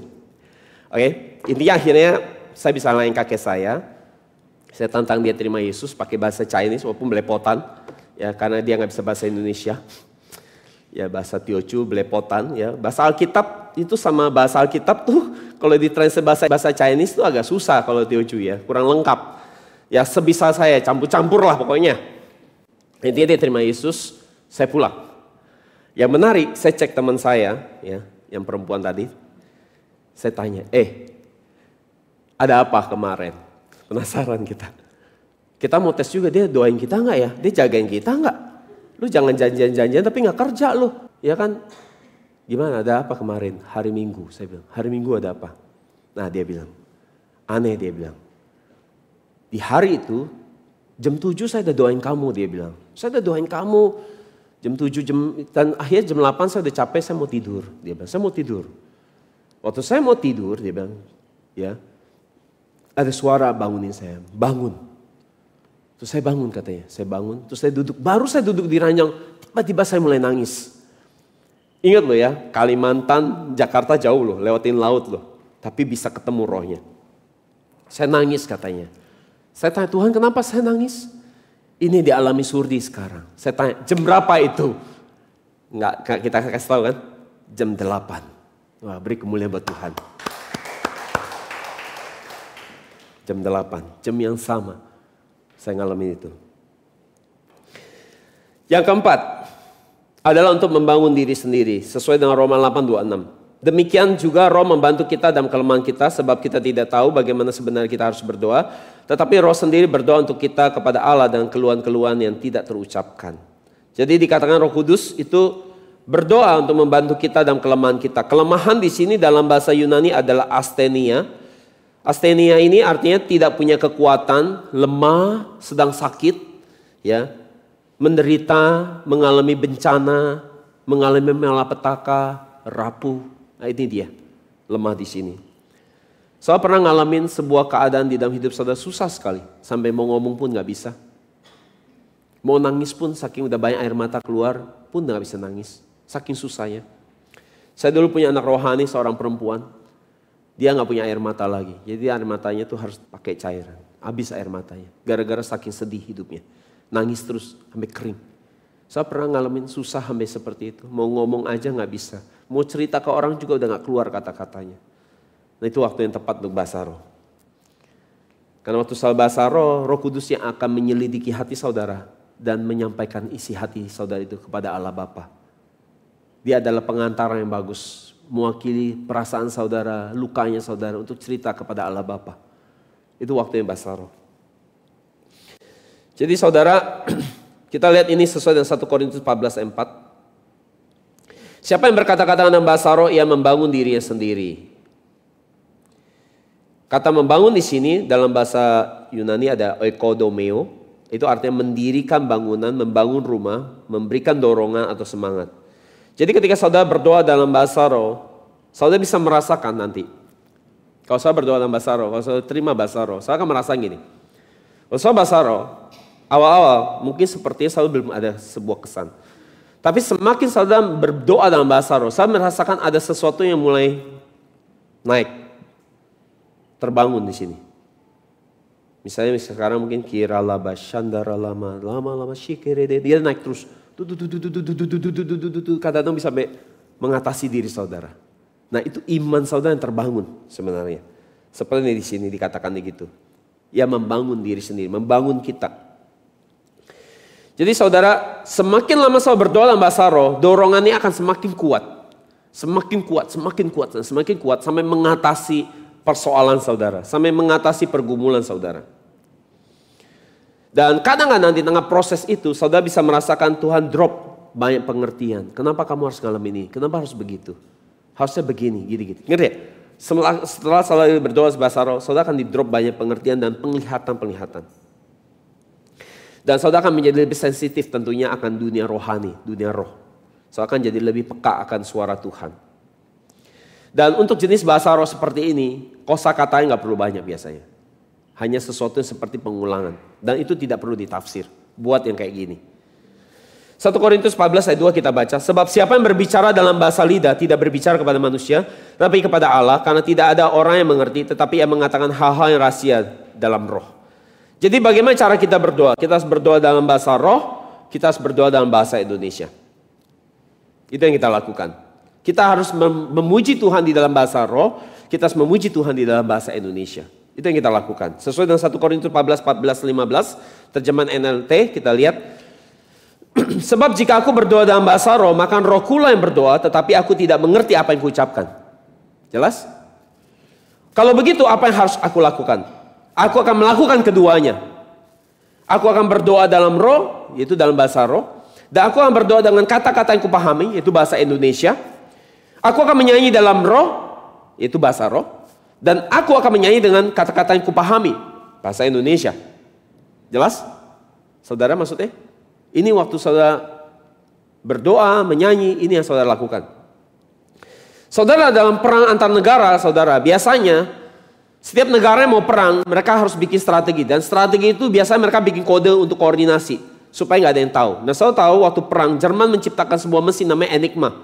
Saudara bisa lihat seperti ini. Ini ada mesin kode, kayak mesin tik. Dan mesin ini adalah kode cara Jerman perang, supaya musuh nggak bisa tahu. Ya, jadi mereka koordinasi pakai kode-kode dari mesin ini.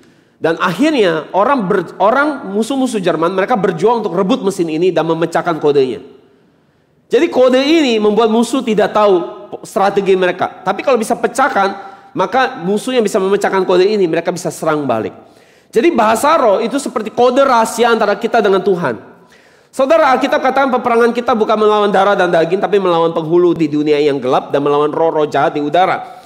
Sesuai dengan Efesus 6:12. Maka saudara, waktu kita harus tahu bahwa saat ini dunia kegelapan, kerajaan kegelapan sedang perang sama kita. Jadi untuk kita menang lawan mereka, kita harus punya kode-kode kita sama Tuhan. Sebelum mereka serang, kita serang dia dulu. Itu sebabnya bahasa roh diberikan. Itu adalah kode rahasia untuk kita hari ini koordinasi sama Tuhan. Untuk melakukan peperangan rohani itu. Jadi bahasa roh penting gak saudara? Setelah saya jelas 4 hal ini. Penting sekali. Yang ke-9 yang terakhir, itu menafsirkan bahasa roh. Itu kemampuan untuk menafsir bahasa roh. Ini bisa bahasa roh ini bisa yang perlu ditafsirkan bisa bahasa di seluruh dunia. Bahasa Cina, bahasa Jepang, bahasa Korea. Jadi nanti saudara dibaptis Roh Kudus mungkin suatu saat, saudara jangan bingung kok. Saudara tiba-tiba kayak orang bisa ngomong bahasa Korea gitu ya. Wah bingung juga ya. Suatu saat ada seorang penginjil, misionaris dicegat di perbatasan di Timur Tengah. Mereka dicegat gak bisa masuk. Dan mereka bingung mau gimana. Dan salah satu misionaris itu mulai berdoa bahasa roh. Dan tiba-tiba waktu habis dia doa bahasa roh, tiba-tiba dia dibukain jalan boleh lewat, boleh masuk. Bingung. Orang yang mendampingi mereka bingung. Kok kamu jadi bisa ngomong bahasa Arab? Jadi bingung. Saya nggak ngomong bahasa Arab, saya lagi bahasa roh. Gitu. Jadi saya lihat seperti itu pekerjaan bahasa roh, karunia Roh Kudus. Jadi saudara, kembali ke customer saya tadi, dia bukan orang percaya. Dia bukan orang yang percaya Tuhan sungguh-sungguh. Dia pernah ikut Katolik sekali-sekali, ya. Dia tidak aktif dan dia punya jimat, ya. Dia punya jimat, dia juga sering diganggu suara-suara katanya. Dan jadi akhirnya sebenarnya misi saya doain dia pertama adalah untuk dia dilepaskan dari kuasa roh jahat. Dan hari itu saya tahu orangnya badannya gede sekali, ya. Ya, tapi nggak setinggi Pak Andi ya, tapi besarnya seperti Pak Andi ya, gede. Tinggi, tapi nggak tinggi. Jadi saya bisa bayangin dia gede sekali. Jadi waktu saya mengusir roh jahatnya, itu ingat saya, itu sekitar jam 11 malam, jam 12 malam. Saudara istrinya kurus kecil sekali. Dia gede kayak gitu. Jadi saya tahu nih setannya udah mau keluar ya. Itu kan di tokonya itu kan banyak barang. Itu kalau dia ngamuk hancur tuh tetangga pada datang semua. Jadi waktu saya mau usir dia gitu, istrinya pegangin, saya juga pegangin, istri pegang sini, saya pegang sini kan. Saya bilang, Pak, tahan Pak, ditahan aja Pak, ditahan, kasihan juga gitu. Itu kayak orang mau pup tapi gak boleh keluar gitu. Kasihan banget saya lihat dia. Tahan Pak, jangan biarin dia lepas. Karena kalau dia lepas, kita biarin, wah itu hancur semua. Barang-barang toko pasti, ngamuk itu setannya. Tahan Pak, tahan Pak, tahan Pak. Itu saya bilang, ayo Pak, sama-sama usir, dalam nama Yesus keluar. Dan dia usir. Akhirnya kita sama-sama usir dan keluar roh jahatnya. Oke, selesai. Jam 1 pagi. Selesai. Jam 1 pagi saya udah kecapean. Besok saya masih harus kerja. Jam 8 saya udah harus standby lagi ketemu customer. Jam 1 pagi saya ingat banget. Waktu saya jam 1 pagi masuk ke WC dia. Wah, saya ketemu itu satu sosok gede sekali tiang listrik. Tinggi sekali kayak tiang listrik. Puh, waduh, apalagi nih gitu ya. Tapi saya biarin. Nggak penting. Saya masuk WC, saya pipis, sambil saya pipis, Tuhan bilang, aku mau dia dibaptis Roh Kudus. Matang. Tuhan jam 1 pagi Tuhan. Biasa orang kalau gak punya iman, susah loh dapat baptisan Roh Kudus. Mana bisa dia terima baptisan Roh Kudus? Dia juga baru lahir baru, dia juga belum tahu Kristen terlalu banyak.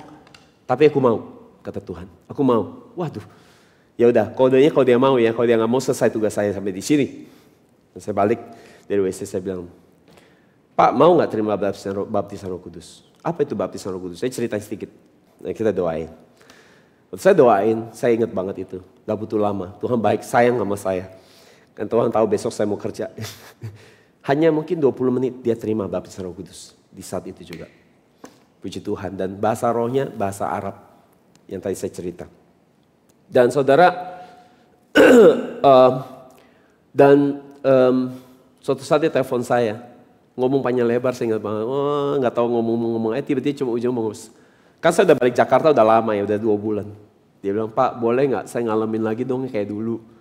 Dia ketagihan, enak ternyata. Jadi setiap kita selain kita terima baptisan Roh Kudus, kita harus juga berkata dalam bahasa roh, kita juga harus punya kerinduan untuk bisa menafsirkan. 1 Korintus 14:13 kita baca, karena itu siapa yang berkata-kata dengan bahasa roh, ia harus berdoa supaya kepadanya diberikan juga karunia untuk menafsirkannya. Jadi saudara, selain saudara giat berbahasa roh, harus punya giat yang sama untuk bisa menafsirkan bahasa itu. Jadi saudara, ini kesimpulannya. Siapa yang akan membaptis kita dengan Roh Kudus? Bukan saya, tetapi itu adalah Yesus. Sesuai dengan Markus 1 ayat 8. Aku membaptis kamu dengan air, tetapi ia akan membaptis kamu dengan Roh Kudus. Jadi Yesus yang akan membaptis saudara dengan Roh Kudus ya, bukan saya. Matius 3 ayat 11, referensi yang lain saudara bisa baca. Markus 1:18, Lukas 3:16 itu referensinya. Kita lihat Yohanes 1:33. Dan aku pun tidak mengenalnya, tetapi dia yang mengutus aku untuk membaptis dengan air, telah berfirman kepadaku, jikalau engkau melihat roh itu turun ke atas seseorang dan tinggal di atasnya, dialah itu yang akan membaptis kamu dengan Roh Kudus. Kalau kita lihat Matius sebelumnya, ayat sebelumnya boleh di back. Matius 3:11 kita baca, aku membaptis kamu dengan air sebagai tanda pertobatan, tetapi ia yang datang kemudian daripadaku lebih berkuasa daripadaku, dan aku tidak layak melepaskan kasutnya. Ia akan membaptis kamu dengan apa? Roh Kudus dan dengan api. Makanya kadang-kadang sebutnya baptisan api. Baptisan api artinya saudara diutus. Saudara diutus buat pekerjaan Tuhan. Saudara diutus untuk menjadi saksi Tuhan. Saudara diutus menjadi orang yang siap martir, mati bagi Tuhan. Itu artinya saudara perlu kuasa itu. Dan saudara, jadi Yesus yang akan membaptis kita. Yesus yang akan membaptis saudara dengan Roh Kudusnya. Sekarang kita lihat apa penghalang. Nah ini penting. Ini seringkali terjadi. Apa penghalang membuat kita tidak bisa terima baptisan Roh Kudus? Ya, kenapa ada orang yang bisa terima, kenapa ada orang yang tidak dapat? Kenapa ada yang bisa dapat, kenapa ada yang nggak dapat? Poin yang pertama, karena pengajaran yang salah. Yang berkata bahwa itu sudah tidak ada lagi. Minggu lalu kita sudah patahkan itu. Bahwa itu tetap ada terjadi, bahkan para rasul mereka doain orang kafir untuk terima baptisan Roh Kudus. Jadi itu masih ada sampai hari ini. Yang kedua, tidak mengampuni. Yakobus 3:11 katakan, adakah sumber memancarkan air tawar dan air pahit dari mata air yang sama? Jadi artinya kalau hati saudara pahit, saudara masih menyimpan kebencian pada seseorang, Roh Kudus itu kan kudus. Dia tidak bisa mengalir di hati yang pahit. Saudara harus ampuni orang dulu. Baru di hati saudara bisa mengalir aliran air hidup keluar. Kalau enggak, kepahitan saudara itu nyumbat alirannya. Stuck, enggak bisa keluar. Oke? Jadi sebelum saudara terima baptisan Roh Kudus, tugas saudara adalah mengampuni siapapun yang saudara hari ini kecewa, benci dan semuanya. Selesaikan.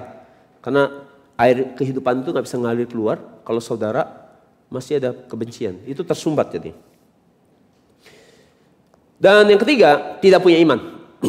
Tidak haus. Tidak percaya. Ya kalau udah gak percaya susah kan. Skeptis. Emang iya sih gitu. Emang masih ada? Gak bisa. Kalau udah begitu udah pasti gak bisa. Udah minggir aja. Nanti tunggu percaya dulu aja. Buang waktu, nanti kecapean saya. Ya. Saudara capek, saya capek. Saudara capek berdiri, saya capek doain gitu ya. Mending gak usah. Harus percaya. Harus percaya bahwa Tuhan mau kasih saya ini. Jadi kalau gak punya iman buat apa? Kalau skeptis buat apa? Ya pasti gak dapat lah. Ada orang, coba doain saya. Bisa gak? Ya itu kan skeptis. Berarti belum siap. Tidak haus ya. Tidak haus itu artinya, ya boleh dapat, boleh enggak. Pasti gak dapat. Ya. Yang haus aja belum tentu dapat. Apa yang kagak haus, ya kan? Ya udah pasti nggak dapat lah ya. Saya ingat cerita sosis minggu lalu di counter PRJ, mungkin ada yang belum pernah dengar ya kemarin. Hausnya harus kayak apa? Kakak saya ada hadiah sosis gratis disebar-sebar di stand PRJ, ya. Saya kebetulan nggak suka yang terlalu gitu. Kok semua orang berubun mau dapetin sosis gratis, termasuk kakak seperempuan saya nggak mau rugi. Ya, saya gimana? Saya pengen sih, tapi nggak mau sampai berjuang. Jadi saya di pinggir jauh, liatin dari jauh di tengah kerumunan, tapi yang paling belakang. Ya, jadi ya boleh dapat, boleh enggak. Tapi kakak saya udah siap-siap gini, ancang-ancang. Waktu sosis dilempar, wah itu kan berebutan semua tuh. Di tengah keramaian kakak saya masuk, wah dapat hebat sekali dia dengan bangga ya, dia dapat 2 sosis. Saya dapat nggak? Nggak dapat apa-apa. Orang gaya begitu boleh dapat, boleh enggak. Nah gitu. Sama sosis saudara boleh begitu, baptisan Roh Kudus. Saudara mesti niat maunya kayak gitu. Kepengen dia kayak gitu. Maunya tuh bukan cuma mau gitu. Mau banget, saya mau banget. Nah, dapat yang kayak gitu. Ya. Yang keempat, menerima dengan logika bukan dengan iman. Pakai logika terimanya. Saya bicaranya gimana bahasa roh ini? Kursus di mana? Ya, bisa kursus ngomong bahasa. Ah, itu udah pakai logika. Saudara percaya aja, saudara percaya dan iman, Tuhan akan drop kosakata di lidah saudara. Saudara akan berkata-kata. Oh, ini benar nggak ya? Ah, saudara nggak usah pusing itu dulu. Percaya aja, saudara akan bisa terima itu. Nanti Tuhan akan drop di lidah saudara. Tugas saudara hanya relax dan percaya. Jangan tegang. Kalau tegang makin susah dapatnya loh. Jangan tegang, tegang gitu. Atau takut ya, udah takut masih nggak dapet lah ya. Tegang takut ya, udah minggir dulu lah. Ya. Saya percaya dan relax. Relax apa? Relax bahwa saya pasti dapat. Tuhan mau kasih saya, itu iman. Jadi yang kelima, terlalu tegang atau takut tidak dapat atau malu kelihatannya nanti aneh gimana. Nah, itu repot saudara. Ya. Mau ketemu Tuhan pakai acara masih malu, mau jaim-jaim, mau kelihatannya tetap bagus, ya udah nggak usah pusing gituan lah. Ya kan? Kalau saudara sama Tuhan, dah nggak pusingin orang lain, ini saudara sama Tuhan. Jadi nggak usah pusing orang lain, hanya fokus hati saudara sama Tuhan. Yang keenam, merasa tidak layak. Nah ini saya dulu susah dapat gara-gara yang ini. Merasa tidak layak. Jadi saya pikir ini nama juga Roh Kudus. Saya kagak kudus. Gimana yang Roh Kudus itu masuk ke saya yang tidak kudus? Jadi saya merasa saya nggak layak. Saya nggak layak terima sesuatu yang begitu kudus. Ya kan? Dan saudara harus ingat bahwa Roh Kudus diberikan ini adalah hadiah dari Tuhan. Ya, jadi bagaimana supaya saudara merasa layak? Saudara harus percaya bahwa 1 Yohanes 1:9 katakan jika kita mengaku dosa kita, Tuhan setia adil, Ia akan apa? Mengampuni dosa kita dan apa? Membersihkan semua kejahatan kita. Jadi asal saudara mengaku dosa saudara, Tuhan akan bersihkan saudara, saudara bisa kudus, saudara bisa terima Roh Kudus. Amin. Amin. Jangan tertuduh, jangan merasa tidak layak. Yang ketujuh, pasif. Nah ini case paling banyak pasif. Diem aja. Capek kayak gitu. Ya, pasif, tahu pasif. Diem aja gitu. Katanya suruh berserah. Ya berserah itu bukan berarti pasif. Saudara harus bedain berserah dengan pasif dengan berserah yang aktif. Jadi banyak orang pasif, diem aja, mulutnya ditutup. Nama juga mau berbicara bahasa roh, mulut diminginyem gitu. Gimana mau keluar itu mulutnya lu gembok gitu loh. Buka mulutnya. Nah saya lihat orang capek banget dikesel. Buka mulut gitu loh. Kalau nggak bisa buka, kalau misalnya nginyem gitu digembok, gimana mau ngomong? Ini mau bahasa roh, mulutnya ditutup sama saudara. Jadi caranya apa? Harus aktif. Itu artinya apa? Saudara percaya dengan iman, saudara buka mulut, mulutnya buka. Saudara bisa, haleluya, haleluya, oh Tuhan, tolong jamah aku. Gitu loh, buka mulut. Haleluya, puji Tuhan, haleluya, puji Tuhan. Nanti bisa di drop tiba-tiba. Mulutnya lidahnya dipegang sama Tuhan. Itu terjadi. Terus juga jangan kosong. Pasif tuh kosong pikirannya, ngeblank. Nggak kemana-mana kayak orang mau tidur kosong. Oh, ya nggak dapet lah. Saudara fokus. Fokusnya sama siapa? Siapa yang baptis kita dengan Roh Kudus? Yesus. Saudara fokusnya apa? Lihat Yesus depan saudara gitu loh. Jangan kosong gitu, blank gitu loh. Fokus lihat Yesus. Lihat Yesusnya datang nggak? Udah datang belum Yesusnya? Tungguin Yesusnya datang nggak gitu loh. Kalau Yesusnya datang udah saudara siap-siap lah. Gitu. Itu waktunya saudara terima. Gitu. Ya itu mempercepat saya jadi nggak lama sama saudara ya. Jadi saudara, daripada pikiran saudara kosong, saudara fokus aja sama Yesus. Fokus aja Yesus yang akan doainkan saudara, Yesus yang akan penuhi saudara dengan rohnya. Oke, beberapa orang gejalanya bisa ada rasa kayak kesetrum. Tapi sekali lagi, jangan tunggu tanda-tanda ini baru saudara percaya. Jangan bingung kalau saya kasih tahu ini, saudara mungkin bingung. Beberapa rasa kayak kesetrum, kayak ada aliran listrik kayak kesetrum. Jadi tangannya bisa begini-gini. Beberapa bisa rasa kenceng di perutnya. Ya, kenceng di perutnya. Ya, jadi holy laughter, sakit bersalin itu biasanya kencangnya di perut. Sakit bersalin selalu tahu? Urapan sakit bersalin adalah urapan untuk mengandung jiwa-jiwa. Itu kencang kayak orang mau melahirkan. Itu bukan kencang sih, sakitnya luar biasa. Nah Roh Kudus, saya bisa rasakan itu. Atau seperti ada air, saya bisa rasakan kayak ada air turun di atas. Makanya orang yang lagi dipenuhi urapan Roh Kudus bisa kayak ada RS turun ke hati. Gitu, dingin-dingin gitu ya.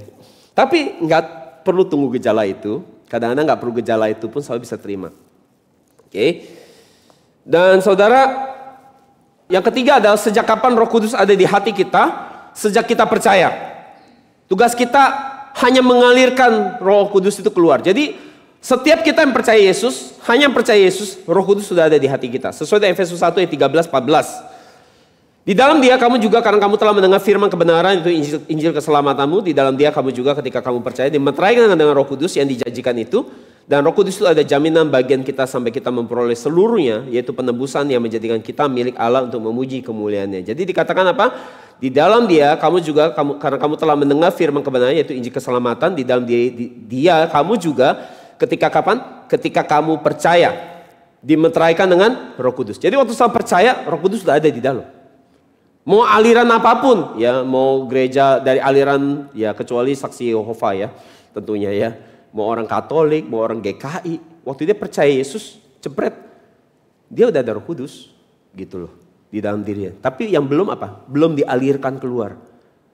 Kayak sumber airnya udah ada, kerannya itu harus dibuka. Jadi buka, bahasa roh itu membuka alirannya itu keluar. Saya bilang, boleh nggak saya nggak terima baptisan Roh Kudus? Ya boleh aja, itu nggak mempengaruhi keselamatan gitu. Tapi itu seperti kekristenan saudara, seperti makan nasi tanpa garam, hambar.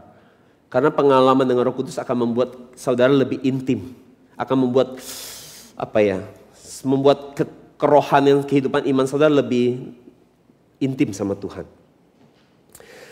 Jadi Roh Kudus itu ada di dalam hati saudara. Dia akan mengalir keluar dalam diri saudara. Tepatnya dia ada di mana lokasinya? Yohanes 7, 38, 39 kita baca. Barang siapa percaya kepadaku seperti ini dikatakan oleh kitab suci, dari dalam hatinya akan mengalir aliran air hidup. Yang dimasukkan ialah roh yang akan diterima oleh mereka yang percaya kepadanya. Sebab roh itu belum datang karena Yesus belum dimuliakan. Perhatikan kata dari dalam hatinya. Hati di sini dalam bahasa Yunani ada koilia. Koilia ini artinya apa? Ini adalah perut, rahim atau hati. Itu sebabnya saya tadi bilang, bisa rasa kenceng di sini. Kenceng di sini. Itu bicara perut. Jadi sumbernya di sini. Saya doain orang kepahitan, saya pegang perutnya. Kalau saya mau doain orang dipenuhi Roh Kudus, saya pegang perutnya. Supaya ini keluar dari sini. Sini sumbernya. Jadi saudara, sumbernya di sini. Jadi ini seperti keran ya, mulut saudara seperti keran yang harus dibuka. Makanya nggak boleh ditutup, nyinyum gitu. Kerannya dibuka, harus dibuka kerannya. Supaya bisa mengalir keluar. Jadi jangan bilang saya nggak layak, saya nggak bagus, saya nggak pantas, iman saya belum cukup. Ini hadiah saudara. Namanya hadiah saudara boleh terima, boleh enggak. Kalau saudara bilang saya nggak layak, artinya saudara nggak mau terima. Ini hadiah, nggak perlu tunggu saudara bagus dulu. Intinya saudara mau serahin hidup sungguh-sungguh buat Tuhan, saudara mau mengampuni kesalahan orang lain, saudara percaya, saudara haus, saudara terima. Lukas 11 ayat 10-13 dikatakan sebab siapapun yang meminta akan menerima, siapapun yang mencari akan menemukan, dan siapapun yang mengetuk pintu akan dibukakan baginya. Adakah seorang ayah di antaramu yang akan memberikan ular kepada anaknya jika ia meminta ikan, atau memberinya kalajengking jika ia minta telur? Jika kamu yang jahat tahu bagaimana memberi pemberian yang baik kepada anak-anakmu, apalagi Bapamu di surga, ia akan memberikan apa? Memberikan apa? Roh Kudus. Kepada apa? Harus apa? Kalau nggak mau minta, nggak bisa. Nggak percaya, nggak bisa. Ya, jadi saudara harus minta, harus haus, ya, kayak kejar sosis tadi, harus haus, ya. Jadi ciri-ciri saudara terima Roh Kudus adalah saudara akan merasa plong, lega hatinya. Ya, saudara akan merasa damai. Ya, ini ada produk surga. Damai saudara nggak bisa cari dimanapun. Ini adalah produk dari surga. Itu tanda saudara terima Roh Kudus. Amin. Oke. Saudara sudah siap? Oke. Jadi saudara yang belum terima baptisan Roh Kudus, berapa banyak saudara mau terima baptisan Roh Kudus? Katakan. Oke. Saudara yang di YouTube, saudara juga bisa terima. Meskipun saya tidak ada di dekat saudara. Tugas saudara hanya haus, percaya dan buka hati. Dan fokus lihat Yesus. Karena Yesus yang bisa doain saudara. Yesus yang bisa tumpang tangan kepada saudara. Mendoakan saudara, membuat saudara menerima kepenuhan Roh Kudus. Oke, ini semua? Oke, jelas? Ya betul ya. Oke. Saya mau tanya hari ini, mari kita pejamkan mata dulu. Saya berdoa buat setiap saudara hari ini. Pejamkan mata. Baik pun yang di YouTube. Hari ini, adakah orang lain yang saat ini saudara kecewa, saudara kepahitan, saudara marah, yang saudara belum ampuni? Maukah saudara ampuni orang-orang ini? Supaya hati saudara jangan tersumbat. Sehingga aliran air hidup itu jangan sampai tersumbat dalam diri saudara. Oleh karena kepahitan saudara. Mari kita ampuni orang-orang ini. Ikuti saya doa sama-sama. Bapa di dalam nama Yesus. Hari ini aku datang kepadamu Bapa. Aku mau melepaskan pengampunan kepada orang-orang yang selama ini mungkin menyakiti aku, melukai aku. Dan silakan selalu sebut namanya satu-satu. Saya tunggu. Siapa saja. Sebut namanya dan kasih alasan kenapa saudara harus mengampuni dia. Apa yang dia lakukan sama saudara sehingga saudara merasa perlu mengampuni dia. Misalnya aku ampuni dia karena dia sering kali memanfaatkan saya. Saya ampuni dia karena dia pernah ngatain saya kata-kata yang jahat. Dia menghina saya, meremehkan saya. Saya ampuni dia Tuhan. Di dalam nama Yesus saya ampuni dia.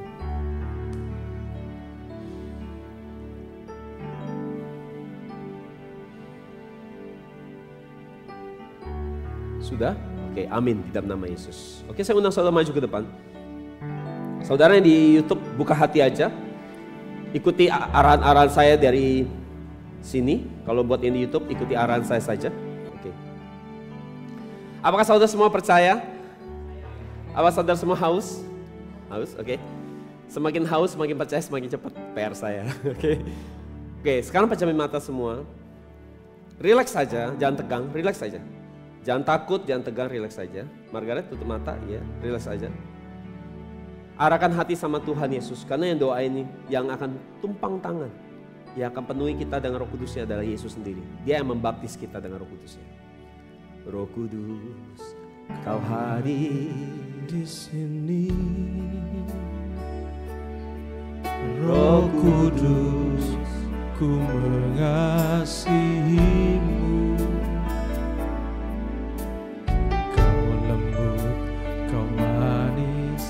Kaulah penghiburku, penolongku, diutus Bapakku. Roh Kudus, Kau hadir di sini. Roh Kudus, ku mengasihimu.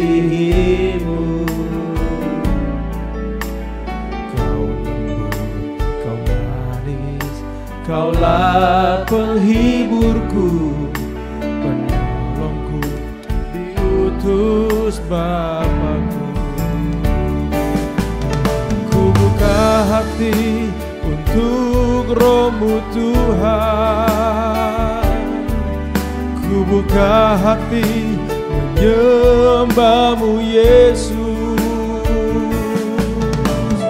Jamahlah kami, penuhi kami dengan kuasa Allah Maha Tinggi.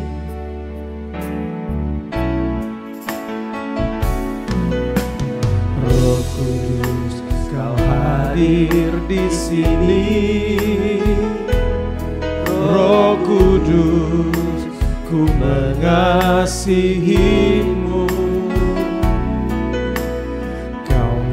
Yang catcher siap-siap bantuin ya kalau sudah ya. Kaulah penghiburku, penolongku, diutus Bapakku. Roh Kudus, ku buka hati untuk Roh-Mu Tuhan. Ku buka hati menyembah-Mu Yesus.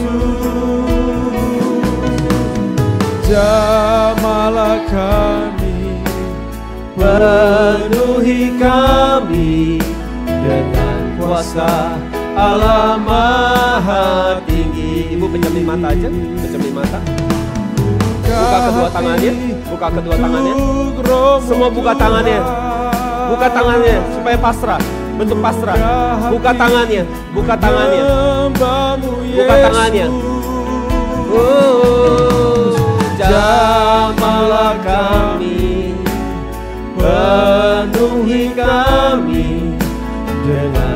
kuasa Allah Maha Tinggi. Kira laba syandara lama lama lama lama lama lama lama lama lama lama. Kira lama syandara lama lama lama lama lama lama lama. Kira lama syandara lama lama lama lama lama ya.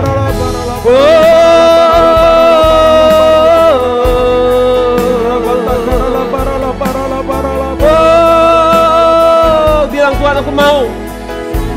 Yes. Kira lama syandara lama lama lama lama lama lama lama lama. Ya, ada kata-kata. Ada suara, terima suaranya. Mulai ngomong, berani. Kira lama syandara lama lama lama lama lama lama lama lama. Kira lama lama lama lama penuh. Penuh. Penuh. Penuh. Penuh. Penuh. Penuh terus minta fokus. Semua yang di depan fokus lihat Yesus. Semua yang di depan fokus lihat Yesus. Terima. Terima.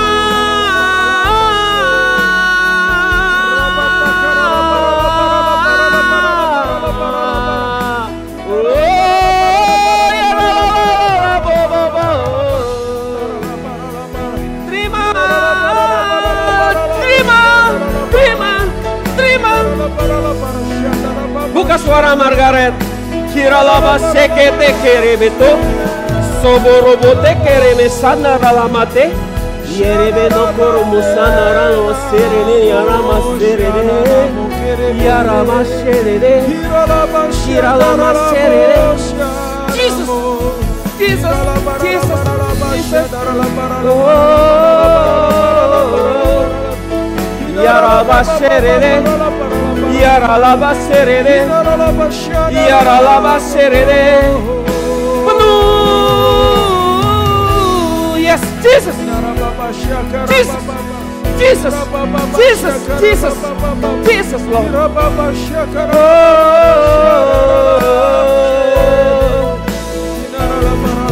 Kira lama syadara lama yang sudah jatuh didoain terus pakai bahasa roh biar mereka dengar.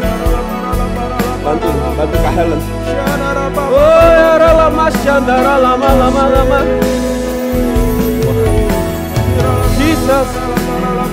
Jesus. Yes. Ira lama sokur bote. Yorobo takara lama syakata kara lama.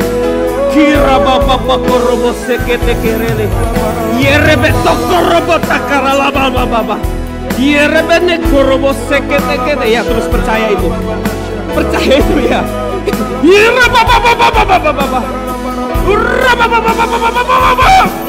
Jesus penuh, penuh, penuh, penuh, penuh. Kira laba syakata kara laba laba. Penuh, penuh, penuh. Oh penuh. Kira laba sekere ya percaya itu. Yes, percaya terus. Rabate kerebe sokoto korobo bo bo bo bo bo bo bo. Yarala baba baba baba. Ira baba baba baba. Ira baba baba baba baba ya percaya terus. Percaya. Yes, mulai berkata-kata sekarang. Tadi sudah keluar. Tadi sudah keluar. Ya. Tadi sudah keluar kata-kata sedikit.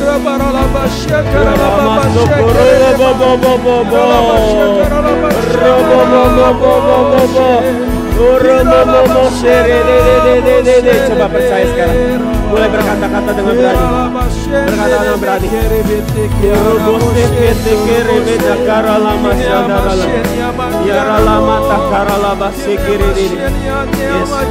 Yes. Terus.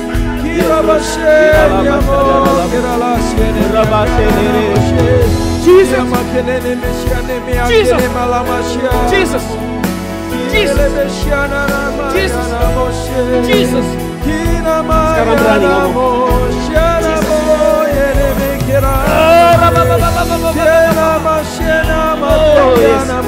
Jesus terus ngomong. Kata-kata ya rala baba baba baba. Kira laba laba laba laba laba laba. Kira laba laba laba laba laba laba. Kira laba laba laba laba laba laba laba. Kira lama syandara lama lama.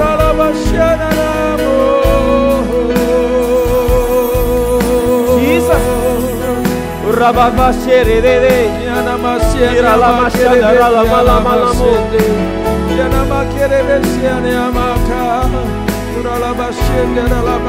Kira lama shandara lama lama lama.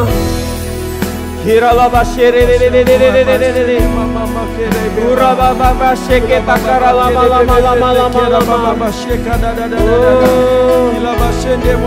Yes Lord. Kira lama shandara lama lama lama. Yes. Yes. Kira lama syadakara lama. Lihat Yesus Mama. Terus lihat Yesus. Lihat saja Yesus. Yes. Buka mulut. Urabasheke takara lama shande. Yara lama serina lama nakara lama she. Urebeta kara lama shandara lama. Urebeta kere mashandara lama lama lama. Oh, jama, jama, jama, Lord, jama.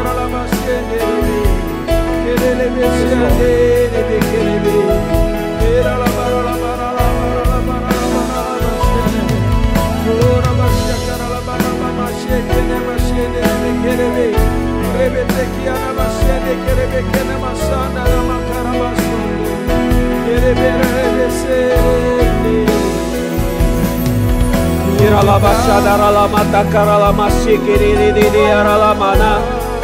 Kureme sere dara lama lama lama. Kira lama syadara lama takara lama lama lama lama lama. Jesus. Kira lama syadara lama lama lama lama. Jesus. Jesus. Jesus. Jesus.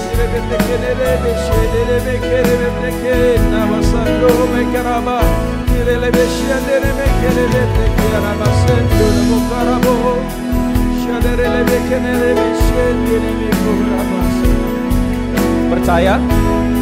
Percaya Susan? Kira lama syandara lama lama. Buat dia sensitif sekarang. Buat dia sensitif dengan roh. Sensitif sekarang. Kira lama syandara. Yeah.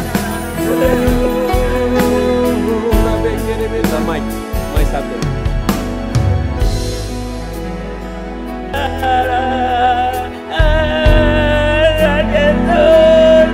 Saya percaya mau ikut kau, haleluya. Terima kasih. Pakai bahasa barunya sekarang. Pakai bahasa barunya.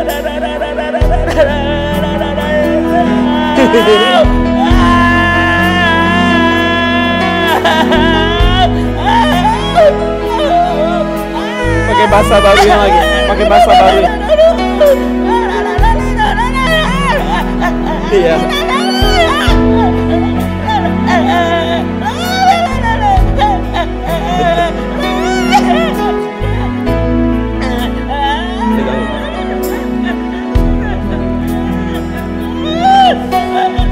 Lebih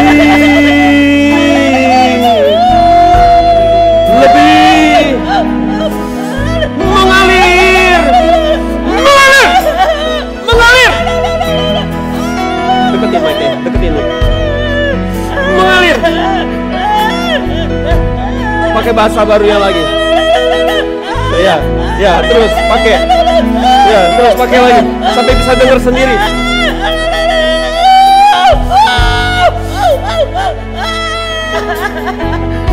Bantu pegangin.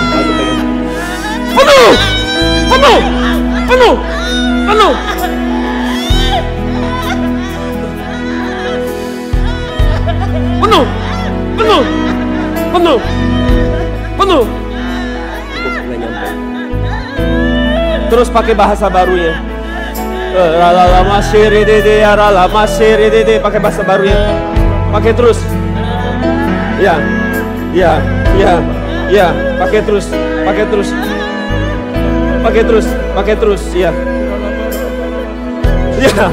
Ya.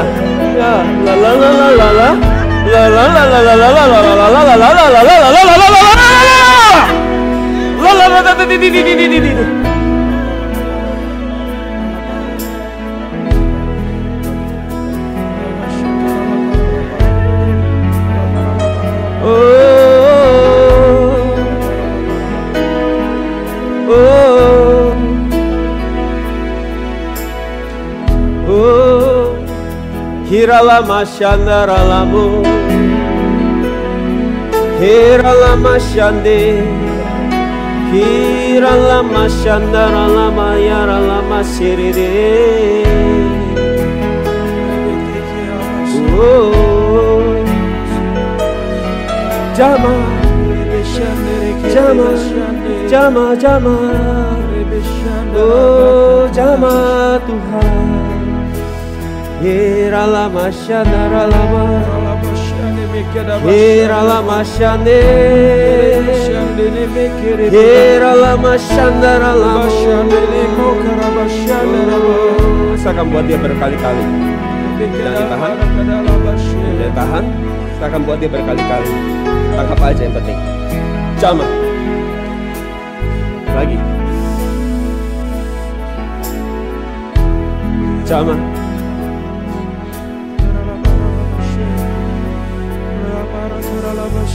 Jesus, Jesus.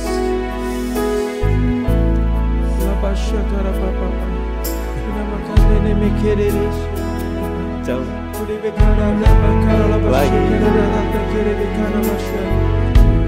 Sampai kenyang. Sambil luber. Luber.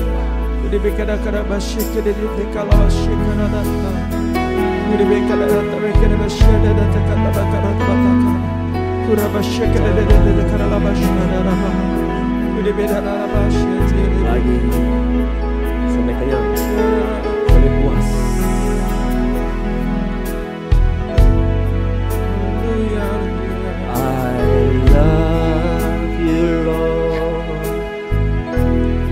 And I lift my voice to worship you, oh my soul, rejoice, joy my King.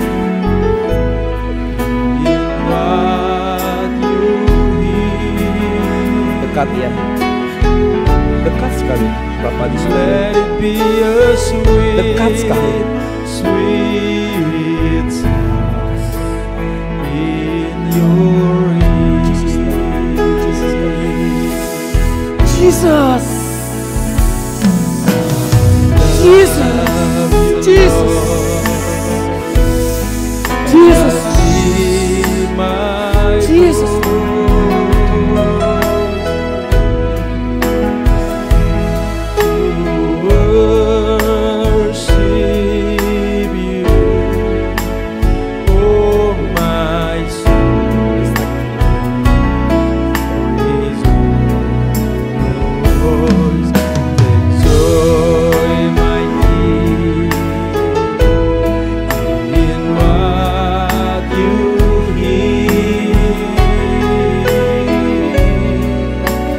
Let it be a sweet, sweet sound in your ear.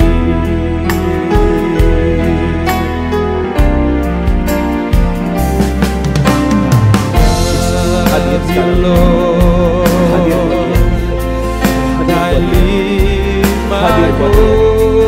hadir dengan nyata buat anak ini, hadir buat nyata.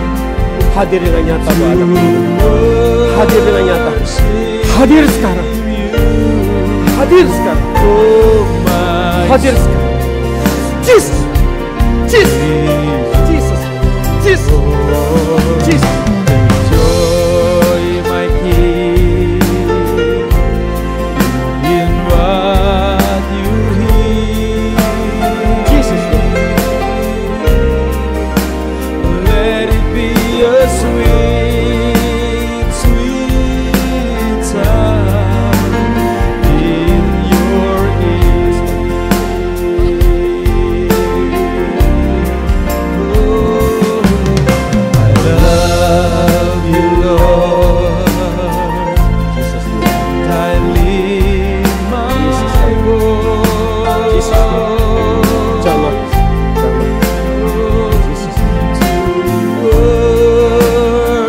Siapa yang saudara sudah terima baptisan Roh Kudus mau didoakan maju? Oh my soul.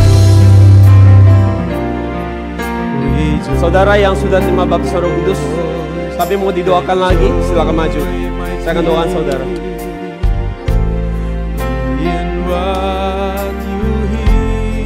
Ya sudah terima baptisan Roh Kudus belakang, ibu mau didoakan? Mari maju cepat.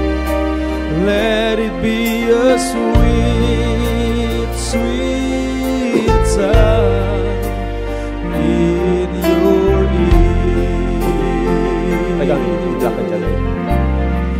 Jama, jama, jama. Bawa lagi, bawa lagi. And I lift my voice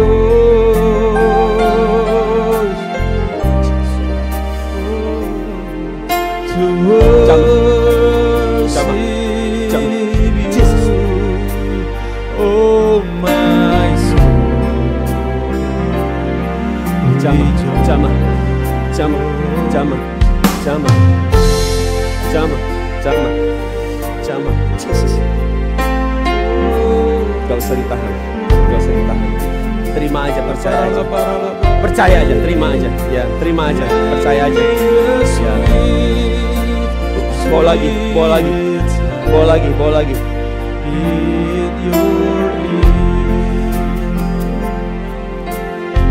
Sini.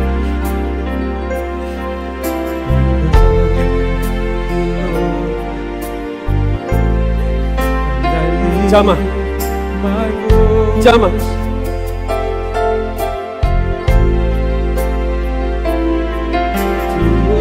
Cepat, cepat, cepat, dan tinggal aja. Oh my soul,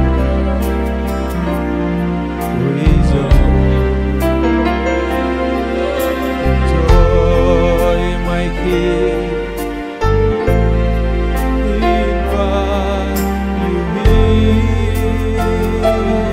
is, you are. Let it be a sweet, Besar sekali, bukan? sweet Besar sekali pribadi itu. in your ear. Besar, putih, bersinar. Jesus.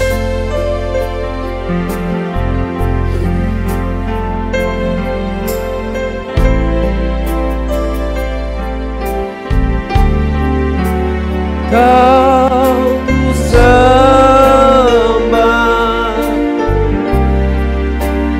oh Tuhan. Katakan aja.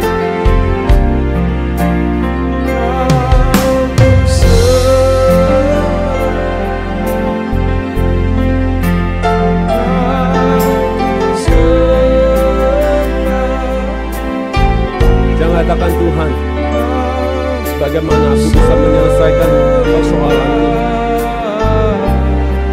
Jangan katakan Tuhan, ini terus sulit. Aku tidak sanggup. Aku tidak mampu. Aku adalah Tuhan yang besar dalam hidupku. Bukan kau yang sanggup menyelesaikan persoalan ini, tapi aku. Bukan engkau, tapi aku. Kenali dirimu dengan baik, nak. Bahwa aku sendiri yang ada di dalam dirimu sekarang. Jama.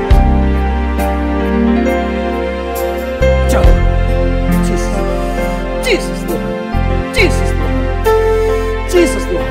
Jesus Tuhan. Jesus Tuhan. Jesus Lord. Jesus Lord. Jesus God. Jesus Lord. Jesus Lord. Jesus Lord. Jesus God. Aku hancurkan semua keraguan-raguan dalam nama Yesus.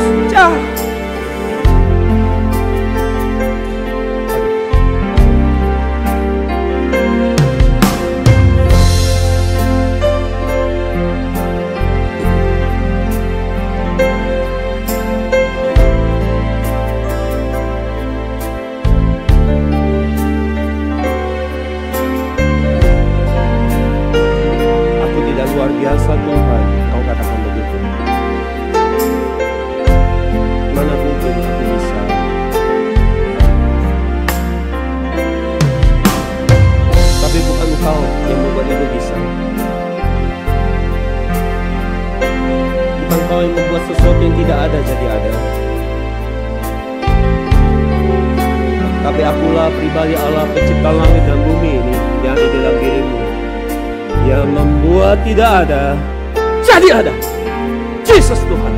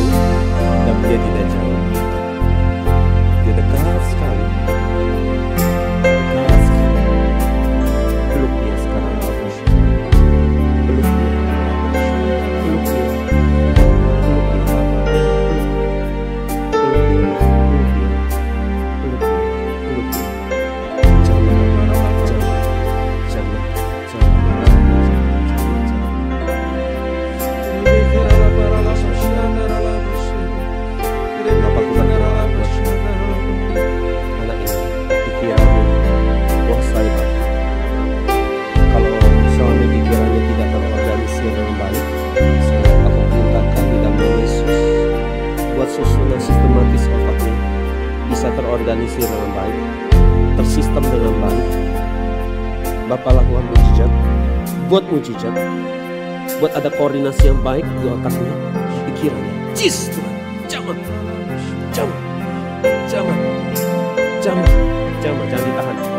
ditahan, jangan ditahan.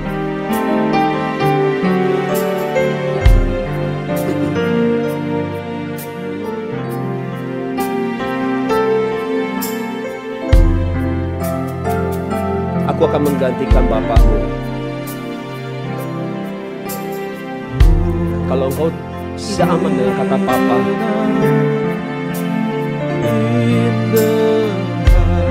aku akan jadi papa yang baik buat kamu. Untuk kamu percaya bahwa aku bisa kamu andali. Aku bukan bapak yang kalau kamu susah aku gak peduli. Aku bukan bapak yang kamu lagi susah aku gak mau tahu. Biarin kamu sendiri berjuang. Aku bukan yang itu. Aku bukan bapak yang seperti itu. Bukan papa yang seperti itu. Aku papa yang untuk kau sedih, aku pun sedih. Untuk kau kecewa, aku pun bisa maksa sendiri. Untuk kesusahan hati, aku bisa mengerti. Untuk kalau lagi susah, aku tidak duduk jauh-jauh. Tapi aku duduk di sebelah.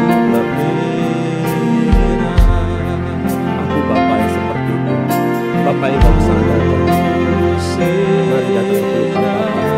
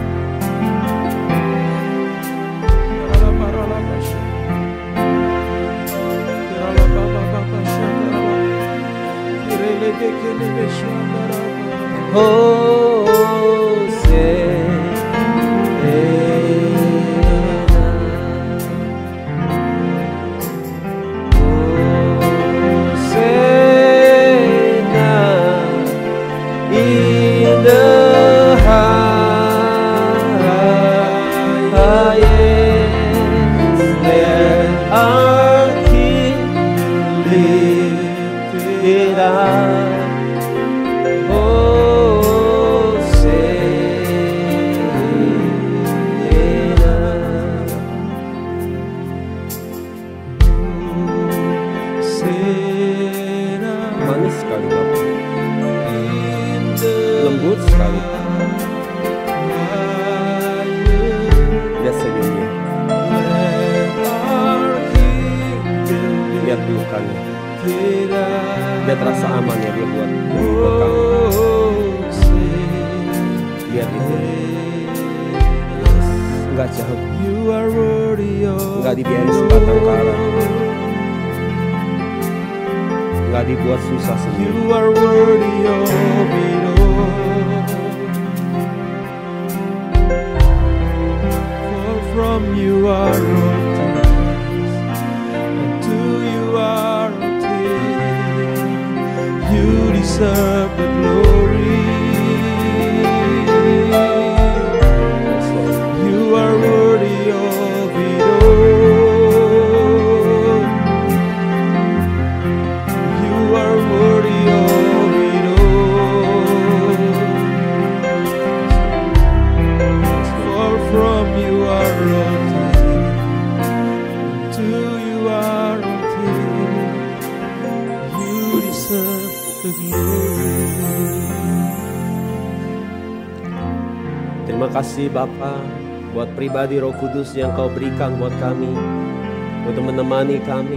Kami tahu bahwa mungkin dalam hidup kami ada hal-hal yang mungkin sulit buat kami jalani sendiri. Tapi kami tahu bahwa kami tidak dibiarkan sebagai yatim piatu. Roh Kudus-Mu terus menemani kami, menyertai kami, sampai kepada kedatangan Yesus yang kedua. Buat kami boleh terus bergaul dengan pribadi Roh Kudus. Dan biarlah Roh Kudus yang kami terima ini, kepenuhan Roh Kudus yang kami terima, ini membuat kami boleh semakin berani menjadi saksi-Mu Tuhan. Di dalam nama Yesus, amin. Beri kemuliaan buat Tuhan. Bolehkah saya minta 1-2 orang untuk maju, untuk bersaksi, menceritakan apa yang dialami? Singkat saja, silakan. Margaret, terus siapa lagi? Siapa lagi tadi? Mamanya, ya ibu boleh. Ibu juga dapat ya tadi ya? Ya boleh, silakan Bu maju. Apa yang dialami dari belum bisa bahasa roh sampai bahasa roh, apa yang dialami, apa yang dirasa? Ya kalau dulu kan saya Enggak, juga yang sekarang tadi. sekarang Apa yang dirasa? lebih apa? Sebelumnya kan belum ada datang. Pas datang itu gejalanya apa? Ibu rasanya? Sini duduk berdiri. Berdiri sini. Iya, saya kan bahasa roh gitu. Tiba-tiba keluar sendiri. Iya. Oh, Iya. tiba-tiba dia keluar Iya, sendiri. nggak tahu tadi saya bahasa apa gitu. Oh. Terus apa?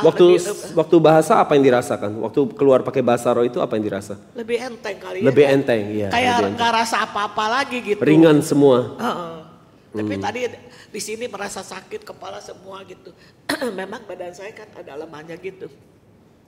Tapi dikuatkan terus teriak terus lama-lama juga udah hilang. Hilang sakitnya. Wah, puji Tuhan. Beri kemuliaan buat Terima Tuhan. kasih Tuhan Yesus. Semuanya diberkatin. Amin. Amin. Makasih ya Ibu ya. Tuhan berkati.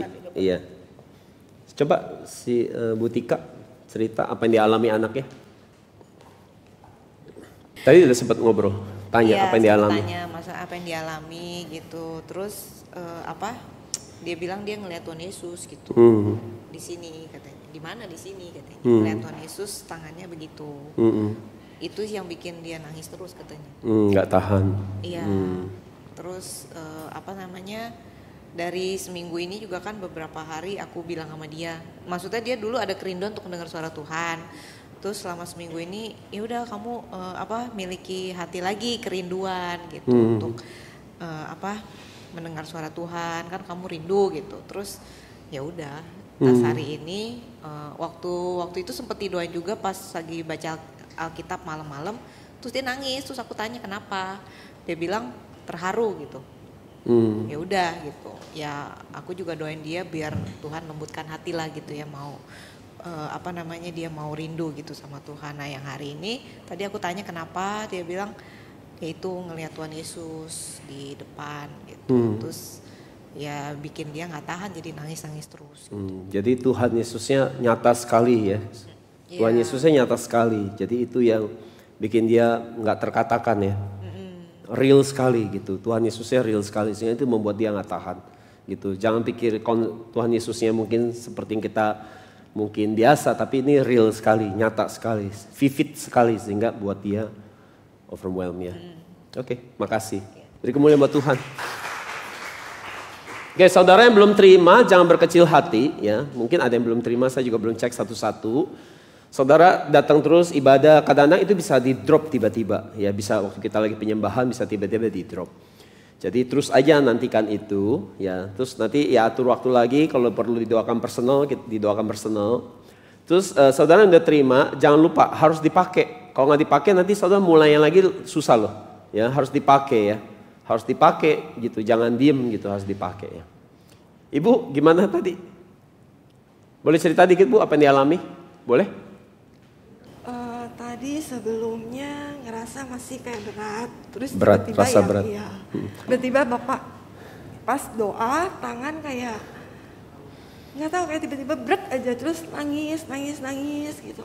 Kayak itu proses sensitif ya, namanya jadi lebih sensitif. Okay. Kayak yang pahit apa segala macam itu keluar aja, nangis aja, terus sampai tangan nggak tahu gemeteran. Oke. Gitu aja Pak. Oh, terus rasanya apa setelah itu? Plong, lega ya. Terus bisa apa ya tadi nggak sadar. Keluar sendiri ya. Keluar sendiri. Beri kemuliaan buat Tuhan. Ya, makasih ya Bu. Ya, jadi saudara jangan berkecil hati. Kalau mungkin saudara belum, nggak apa-apa. Waktu nanti kita penyembahan, ya worship leader bahasa roh, saudara coba buka hati aja, bisa tiba-tiba nanti di drop. Kalau ternyata udah lama, ternyata belum dapat juga, nanti atur waktu saya doain personal, gitu ya. Oke, Tuhan Yesus memberkati. Beri kemuliaan buat Tuhan.